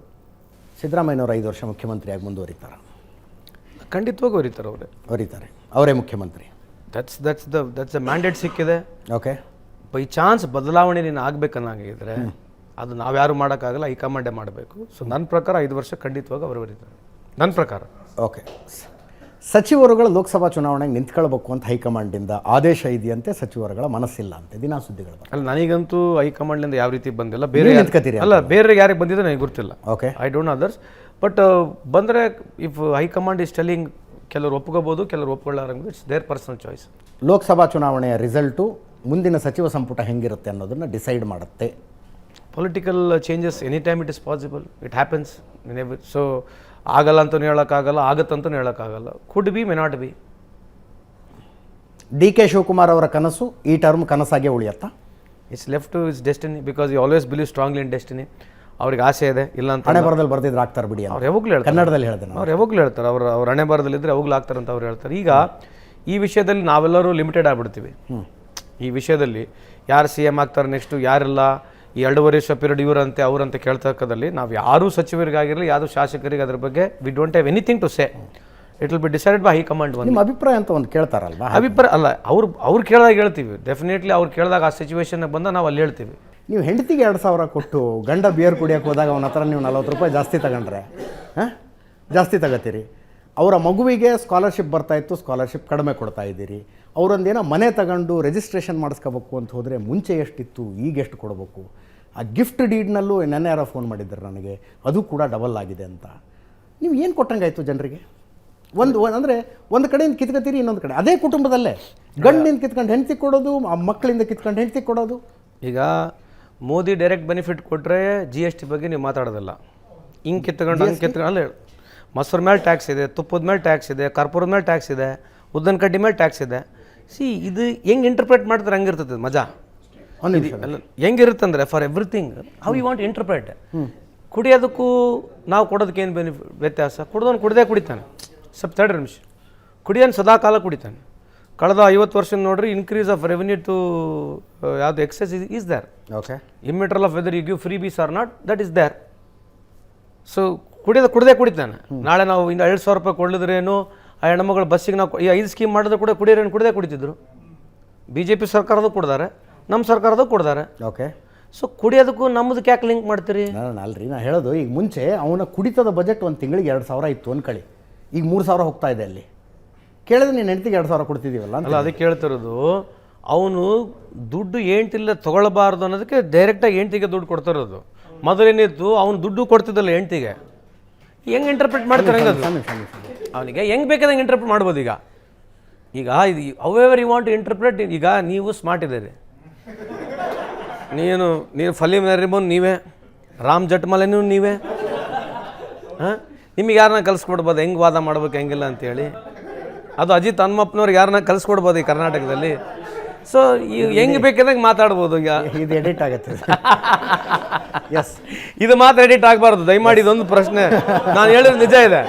ಫಲಿನಾರಿ ಎಸ್, ಒಂದು ನಿಮಿಷ ಸರ್. ಕಟ್ಟಡ ಕಾರ್ಮಿಕರು, ನಿಮಗೆ ಒಂದು ಪ್ರಶ್ನೆ. ನೀವು ಅವ್ರ ಅಲಯನ್ಸ್ ಜೊತೆಗೆ ಇದ್ದೀರಾ ಇಲ್ವಾ? ಇದ್ದೀರಿ. ಒಂದು ನಿಮಿಷ. ನೀವು ಅಲಯನ್ಸಲ್ಲಿ ಇದ್ದೀರಿ, ಬಟ್ ಪಂಜಾಬ್ನಲ್ಲಿ ಎಲ್ಲ 13 ಕ್ಷೇತ್ರ ನೀವು ಇಂಡಿಪೆಂಡೆಂಟಾಗಿ ಕಂಟೆಸ್ಟ್ ಮಾಡಿದ್ರಿ. Independent country. ಮತ್ತು ಅಲಯನ್ಸ್ ಹೆಂಗೆ ಕರೀತಾರಲ್ಲ, ಅಲಯನ್ಸ್ ಹೆಂಗೆ? ಪಂಜಾಬ್ ಅಲ್ಲಿ ನಾವಿಬ್ರು ಅಲಯನ್ಸ್ ಆದ್ರೆ ಬೆನಿಫಿಟ್ ಬಿಜೆಪಿಗೆ ಹೋಗುತ್ತೆ. ಓಕೆ. ಸೊ ಪಂಜಾಬ್ನಲ್ಲಿ ಕಾಂಗ್ರೆಸ್ ಆಮ್ ಆದ್ಮಿ ಪಕ್ಷದವರ ಕ್ಯಾಂಡಿಡೇಟ್ಗಳು ಪರಸ್ಪರ ಕಣದಲ್ಲಿ ಹೋರಾಡ್ತಾರೆ. ನಾವೇ ಗೆಲ್ತೀವಿ ಸರ್, 6 ಗೆಲ್ಬೋದು, 5 ಗೆಲ್ಬೋದು, ನಾವೇ ಗೆಲ್ತೀವಿ. ಅವರು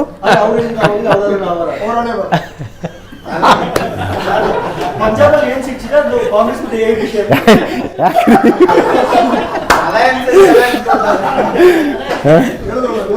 ಹೆಂಗಿದೆ ಸಂತೋಷ್ ಅವರೇ? ಹಿಂಗೆ ಲೈಫ್ ಇರೋದು. ಯಾವಾಗಲೂ ಪೊಲಿಟಿಕ್ಸ್ನಲ್ಲಿ ಸಿಚುವೇಶನ್ ಎಕ್ಸೆಪ್ಟ್ ಮಾಡೋದು ಕಲಿಬೇಕು. ಓಕೆ. ಅದನ್ನು ಸುಳ್ಳು ಹೇಳಿ ಬಣ್ಣ ಹೇಳಿ ತಪ್ಪಿಸ್ಕೊಂಡು ಹೋಗ್ಬಾರ್ದು. ಎಲ್ಲೋ ಒಂದು ಜಾಗದಲ್ಲಿ ನಮ್ಮಲ್ಲಿ ತಪ್ಪಿದ್ರೆ ತಪ್ಪಂತ ಹೇಳ್ಬೇಕು, ಸರಿ ಇದ್ರೆ ಸರಿ ಅಂತ ಹೇಳ್ಬೇಕು. That's what I personally feel. That's okay. Santosh Lad ಅವರೇ, ಡಿಸ್ಮ್ಯಾಂಟಲ್ಡ್ ವಿರೋಧ ಪಕ್ಷಗಳು ಅಂದರೆ ಒಂದು ಒಂದು ಒಳ್ಳೆ ಮೈತ್ರಿ ಕೂಡ ಮಾಡೋದಕ್ಕಾಗ್ತಾ ಇಲ್ಲ. ಆದ್ದರಿಂದಾಗಿ Narendra Modi is not just playing on his strength, he is playing on the weaknesses of opposition also ಅಲ್ವಾ? ಅದ್ಯಾಕೆ ಸಾಧ್ಯ ಆಗ್ತಿಲ್ಲ? ಕಷ್ಟ ಇದೆ. Sometimes things don't work out, situations are very bad. ಯಾಕಂದರೆ ನಮ್ಮ ND ಅಲಯನ್ಸ್ ಏನು ಇವತ್ತು ನೋಡ್ತಾ ಇದ್ದೀವಿ, ನಾಳೆ ಮುಂದೆ hopefully the all will get together, will come in one common platform, one agenda ಅಂತ ನನಗೆ ಅಭಿಪ್ರಾಯ ಇದೆ. But if you ask me right ನಾವು ಸೆಂಟ್ರಲ್ ಲೆವೆಲ್ಲು ಈ ಅಲಯನ್ಸ್ ಬಗ್ಗೆ I don't have much idea on it. ಅಲ್ಲ, ಭರವಸೆ ಕಳ್ಕೊಂಡಿದ್ದಾರೆ ಅಂತ ಅನ್ನಿಸ್ತದೆ. ಭರವಸೆ ಅಲ್ಲ, ಈಗ ಅಲಯನ್ಸ್ ಇಲ್ಲ ಅಂದಮೇಲೆ ಒಬ್ಬರಿಗೊಬ್ಬರು ಭಿನ್ನಾಭಿಪ್ರಾಯಗಳು ಬಂದಾಗ ಅಲಯನ್ಸ್ ಬರ್ದಂಗೆ. ಈಗ ಇದೆ ಬಿಹಾರ್ನಾಗೆ ನಾವು ಅವನಿಗೆ ಮುಟ್ಟಂಗಿಲ್ಲ, ಇವ್ನು ಅವನಿಗೆ ಮುಟ್ಟಂಗಿಲ್ಲ ಅಂತ ಆಯಿತು, ಮತ್ತು ನಂಬರ್ ಗೇಮ್ ಬಂದಾಗ ಅಲಯನ್ಸ್ ಆಗ್ಬಿಡ್ತಾರೆ ಪೊಲಿಟಿಕಲ್. ಹೌದು. ಸೊ ಹೋಪ್ಫುಲಿ ಟುಮಾರೋ ನಮ್ಮ ND ಅಲಯನ್ಸ್ ಏನು ಇಂಡಿಯಾ ಅಲಯನ್ಸ್ ಇದೆ ಎಲ್ಲ ಒಂದೇ ಸಿಸ್ಟಮ್ನಲ್ಲಿ ಅವಾಗೇನು ಪ್ರಾರಂಭ ಮಾಡೋದು ಅದೇ ರೀತಿ ಆದರೆ I think it will be much more a very strong formidable force. Okay. ಇಲ್ಲಾದರೆ ಇಂಡಿವಿಜುವಲಿಸ್ಟಾಗಿ ಅವರವರು ಆ ಸ್ಟೇಟ್ನಲ್ಲಿ ಫೈಟ್ ಮಾಡ್ತಾರೆ. ಸ್ಟ್ರಾಂಗ್ ಅಲಯನ್ಸಿಗೆ ಬೇಸಿಕ್ ನೀಡ್ ಏನಂದರೆ ಸ್ಟ್ರಾಂಗ್ ಕಾಸ್ ಇರಬೇಕು. ಈಗ ಇಂದಿರಾ ಗಾಂಧಿ ಅವರು ಎಮರ್ಜೆನ್ಸಿ ತೆಗೆದು ಎಲೆಕ್ಷನ್ಗಳನ್ನು ಘೋಷಣೆ ಮಾಡಿದಾಗ ಒಂದು ಕಾಸ್ ಇತ್ತು, ಇಂದಿರಾ ಗಾಂಧಿನ ಸೋಲಿಸಬೇಕು ಅಂತ. ತಮ್ಮೆಲ್ಲ ಭಿನ್ನಾಭಿಪ್ರಾಯಗಳನ್ನು ಬಿಟ್ಟು ಬಂದರು ಎಲ್ಲ ಪೊಲಿಟಿಕಲ್ ಪಾರ್ಟಿಯವರು. They merged in to one party. ಇಲ್ಲ, ಇದು ಒಂದು ಸ್ಟ್ರಾಂಗ್ ಕಾಸ್ ಅಂತ. ಎಮರ್ಜೆನ್ಸಿ ಅನ್ನೋದು ಈ ದೇಶಕ್ಕೆ ಮಾರಕವಾಗಿತ್ತು, ಪ್ರಜಾಪ್ರಭುತ್ವಕ್ಕೆ ಮಾರಕವಾಗಿತ್ತು, ಸಂವಿಧಾನವನ್ನು ಕೊಂದಾಕಿದ್ರು, ಅದರಿಂದ ಸೋಲಿಸಬೇಕು ಅಂತ. ಅಂಥ ಕಾಸ್ ಇಲ್ವಾ ಈಗ? ಅಲ್ಲ, ಇದೇ ಏನಾಗಿದೆ, ಇಂಡಿವಿಜುವಲಿಸ್ಟಿಕ್ ಆಗಿ ಸಿಚುವೇಶನ್ಸ್ ಆಫ್ ಚೇಂಜ್ ಲಾಟ್. ಅವಾಗ ನೀವು ಹೇಳ್ದಂಗೆ ಅವಾಗ ದಳ ಒಂದು ಇತ್ತು, ಜನತಾ ದಳ ಸ್ಟಾರ್ಟ್ ಆಯಿತು, ಬಿಕಮ್ ಎ ನ್ಯಾಷನಲ್ ಪಾರ್ಟಿ.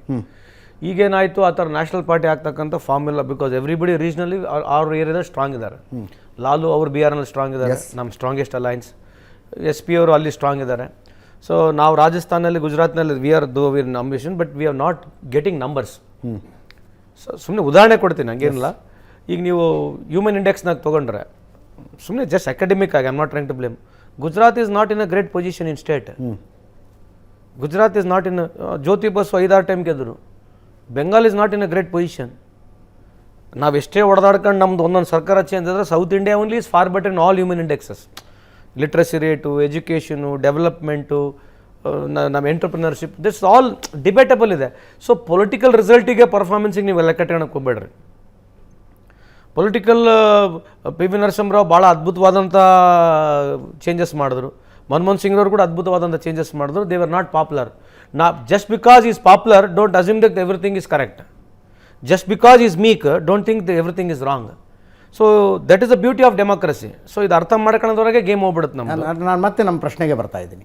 ಮೋದಿನ ಸೋಲಿಸೋದು ಒಂದು ಕಾಸ್, ಬಿಜೆಪಿ ಮತ್ತೊಮ್ಮೆ ಅಧಿಕಾರಕ್ಕೆ ಬರದಂತೆ ತಡೆಯಬೇಕು. ಒಂದೇ cause is not a strong enough. ಅಲ್ಲ, ಒಂದು ಬೈಂಡಿಂಗ್ ಫ್ಯಾಕ್ಟರ್ ಆಗ್ತಿಲ್ಲ. ಒಂದೇ ಒಂದು ಬೈಂಡಿಂಗ್ ಫ್ಯಾಕ್ಟರ್ BJP ಇಲ್ಲೇ ಇದ್ದಾರೆ. ನಮಗೆ ಒಂದೇ ಒಂದು, ನೀವು ಒಂದು ತಿಂಗಳ TV ಆಫ್ ಮಾಡಿಬಿಡ್ರಿ. ಅಲ್ಲ, I am telling, I am not joking. Okay.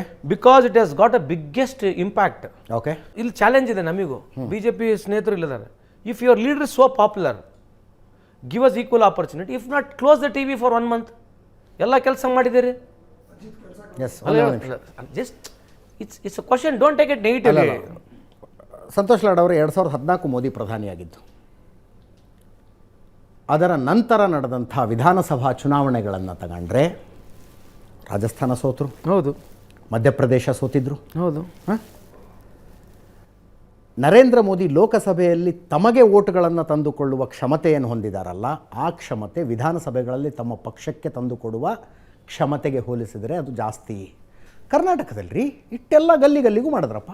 ಅರೆ ಮತದಾರನ ಒಂದು ವಿವೇಚನೆಯನ್ನು ನೀವು ಪ್ರಶ್ನೆ ಮಾಡ್ತಾ ಇದ್ದೀರಾ ಹಂಗಿದ್ರೆ ಟಿವಿ ನೋಡ್ಕೊಂಡು ಓಟ್ ಹಾಕ್ಬಿಡ್ತಾರೆ, ಟಿವಿ ನೋಡ್ಕೊಂಡು ಓಟ್ ಹಾಕ್ಬಿಡ್ತಾರೆ. ಯಾಕೆ? 66 ಸ್ಥಾನಕ್ಕೆ ಬಂತ್ರಿ ಬಿಜೆಪಿ. ಹೇಳ್ತೀನಿ. ಇದೇ ಮೋದಿ ಬಂದು ನನ್ನ ನೋಡ್ಕೊಂಡು ಓಟ್ ಹಾಕ್ರಿ ಅಂದ್ರೆ ಕರ್ನಾಟಕದ ಮತದಾರ ಕೇಳಲಿಲ್ಲ. ಇಲ್ಲಿನ ಈಗ ಜನ ಪರ್ಫಾರ್ಮೆನ್ಸಿಗೆ ಬೆಲೆ ಕೊಡೋದಿಲ್ಲ, ಅಭಿವೃದ್ಧಿಗೆ ಬೆಲೆ ಕೊಡೋದೇ ಬೇರೆ ವಿಷಯಗಳಿಗೆ. ಕರ್ನಾಟಕದಲ್ಲಿ ಯಾಕೆ ಕಾಂಗ್ರೆಸ್ ಗೆಲ್ತು ಹಂಗಿದ್ರೆ? Beautiful, very nicely you analyse. ಇಲ್ಲಿ ಏನಾಗುತ್ತೆ ಅಂತಂದರೆ ದಿ ಎಂಟೈರ್ ಮೀಡಿಯಾ, ಸಾರಿ, ನೀವು ಅವ್ರ ನೆಗೆಟಿವ್ ಇಲ್ಲ ಅಂದರೆ ಯಾವುದೇ 10 ವರ್ಷದ ಸರ್ಕಾರದ ಒಂದು ನೆಗೆಟಿವ್ ಇಲ್ಲ. ಪ್ರಜಾಪ್ರಭುತ್ವ ವ್ಯವಸ್ಥೆಯಲ್ಲಿ ಒಂದು ಸಣ್ಣ ಗ್ರಾಮ ಪಂಚಾಯತಿಯಲ್ಲಿ 1 ವರ್ಷ ಇದ್ದರೆ ಅವ್ನ ವಿರುದ್ಧ ಲಬ್ ಬಡ್ಕೊಂತಾರೆ ಜನ, ಲಬ್ ಬಡ್ಕೊಂತಾರೆ. 10 ವರ್ಷ ಈ 140 ಕೋಟಿ ಜನಸಂಖ್ಯೆ ಇರತಕ್ಕಂಥ ಒಬ್ಬ ಪ್ರಧಾನಮಂತ್ರಿ ವಿರುದ್ಧ ಒಂದು ಎಲ್ಲಿ ಯಾವುದು ಡಿಬೇಟೇ ಇಲ್ಲ ವಿರುದ್ಧ. ಸಂತೋಷ್ ಲಾಡ್ ಅವರೇ, ಹೌದು, ನಿಮಗೆ ಬೇಕಾಗದನ್ನು ನೀವು ಹೇಳೋದಕ್ಕೆ ನಿಮಗೆ ವೇದಿಕೆಗಳಿದೆ. ಹೌದು, ಇಲ್ಲಿ ನಾನು ಕೇಳಿದ್ದಕ್ಕೆ ಉತ್ತರ ಕೊಡಿ. ಯಾಕಂತ ಒಂದು ನಿಮಿಷ.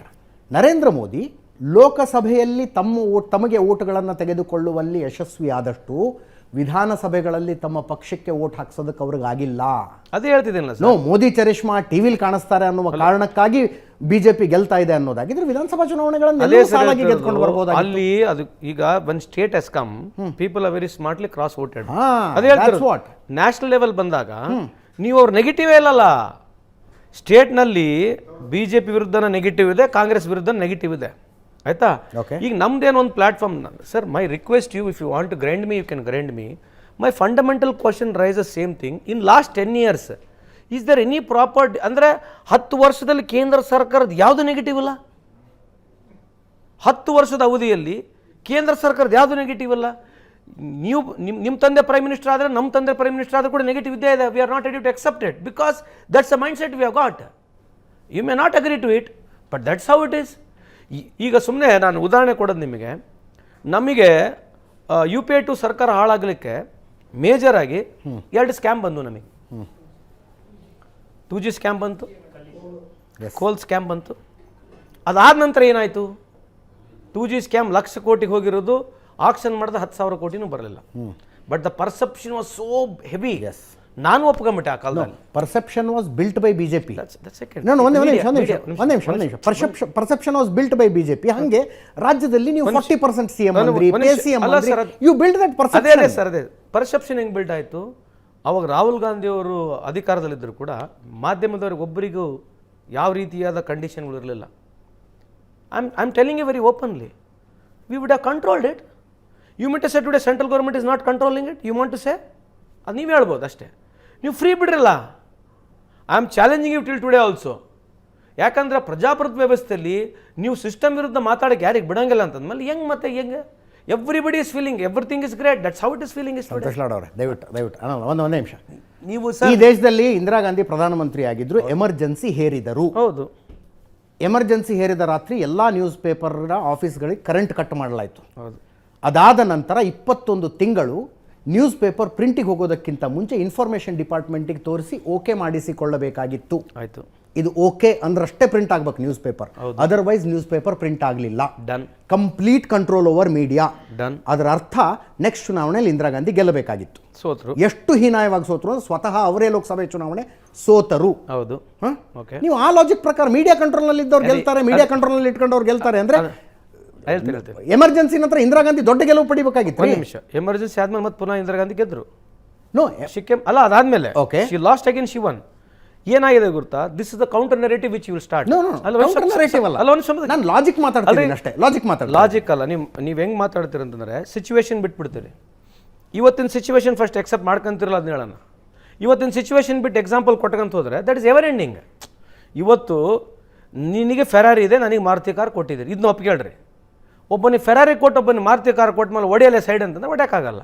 ಇದು ಯಾಕೆ ಹಿಂಗೈತೆ ಅಂತಂದರೆ, ನನಗೆ ಅವು ಅಂಬಾಸೆಡರ್ ಇತ್ತು, ನಿನ್ನ ಹತ್ರ ಬುಲೆಟ್ ಗಾಡಿ ಇತ್ತು ಅಂತಂದ್ರೆ ಅದನ್ನ ನಾವೇನು ಮಾಡೋಣ ಈಗ? ಓಕೆ, ಅದಕ್ಕೂ ಬೇರೆ ಒಂದು ಡಿಬೇಟ್ ಮಾಡೋಣಂತೆ. ಬಟ್ ಇವತ್ತಿನ ಸಿಚುವೇಶನ್ ಫಸ್ಟ್ ಒಪ್ಕೋಬೇಕ ಬೇಡ? ಇವತ್ತಿನ ಸಿಚುವೇಶನ್ ಒಪ್ಕೊಂಡೇ ಇಲ್ಲ ನೀವು. ಯಾವಾಗಲೂ Indira Gandhi, Nehru, it will go there only. ಅಲ್ಲ, ಮಾತಾಡ್ತೀನಿ ಮೀಡಿಯಾ ಕಂಟ್ರೋಲ್ ಇಟ್ಕೊಳ್ಳೋದ್ರ ಅಲ್ಲ ಸರ್. ನೀವು sir, you may not agree Ajit, you are great, I have got greatest regard for you. ನಾವು ಏನು ಮಾಡ್ಬೇಕು ಈಗ? ನಾನು ನಿಮ್ಮ ಜಾಗದಾಗಿದ್ದರೆ ಅದನ್ನ ಹೇಳ್ಬೇಕಾಗಿದೆ. ಆ ಸಿಚುವೇಶನ್ ಬಂದು ಇವತ್ತಿದೆ.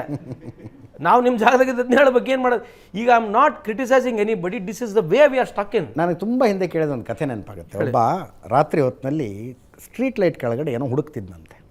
ಇನ್ನೊಬ್ಬ ಬಂದು ಕೇಳಿದಂತೆ, ಏನು ಹುಡುಕ್ತಿದ್ಯಾ ಅಂತ. ಇಲ್ಲ ಸೂಜಿ ಬಿದ್ದು ಹೋಗಿದೆ ಹುಡುಕ್ತಾ ಇದ್ದೀನಿ ನಾನು. ನಾಳೆ ಹುಡುಕ್ತೀನಿ ನಾನು. ಎಲ್ಲಿ ಬಿದ್ದೋತು ಅಂತ, ಅಲ್ಲಿ ಬಿದ್ದಿತ್ತು ಅಂದಂತ. ಮತ್ತು ಅಲ್ಲಿ ಯಾಕೆ ಹುಡುಕ್ತಿಲ್ಲ ಅಂದ್ರೆ ಅಲ್ಲಿ ಬೆಳಕಿಲ್ಲ, ಅದಕ್ಕೆ ಅಲ್ಲಿ ಹುಡುಕ್ತಿಲ್ಲ ಅಂತ. ನನಗೆ ಈ ವಾದಗಳನ್ನೆಲ್ಲ ಕೇಳಿಸ್ಕೊಂಡ್ರೆ ಅನ್ನಿಸ್ತಾ ಇರೋದು ಅದು ಸಂತೋಷ್ ಲಾಡ್ ಅವರೇ, ನೀವು ಎಲ್ಲಿ ಕಳ್ಕೊಂಡಿದ್ದೀರಿ ಅಲ್ಲಿ ಹುಡುಕ್ತಿಲ್ಲ, ಎಲ್ಲಿ ಬೆಳಕಿದೆಯೋ ಅಲ್ಲಿ ಹುಡುಕಕ್ಕೆ ಪ್ರಯತ್ನ ಪಡ್ತಾ ಇದ್ದೀರಿ. I wish you all the best. ಅಲ್ಲ, ಐ ಅಪ್ರಿಷಿಯೇಟ್. ಅಲ್ಲ, ಇದು ಹೆಂಗಿದೆ ಗೊತ್ತಾ, ಇದೇ ಮಾಸ್ಟರ್ ಮೈಂಡ್ ಅನ್ನೋದು.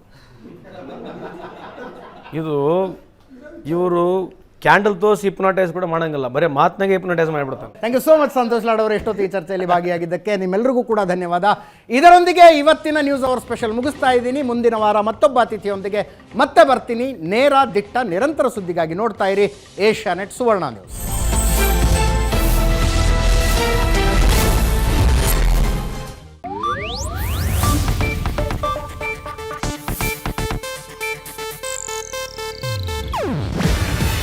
ಇದು ಏಷ್ಯಾನೆಟ್ ನ್ಯೂಸ್ ನೆಟ್ವರ್ಕ್ ಪ್ರಸ್ತುತಿ. ನೀವು ನೋಡ್ತಿದ್ದೀರಾ ಏಷ್ಯಾನೆಟ್ ಸುವರ್ಣ ನ್ಯೂಸ್.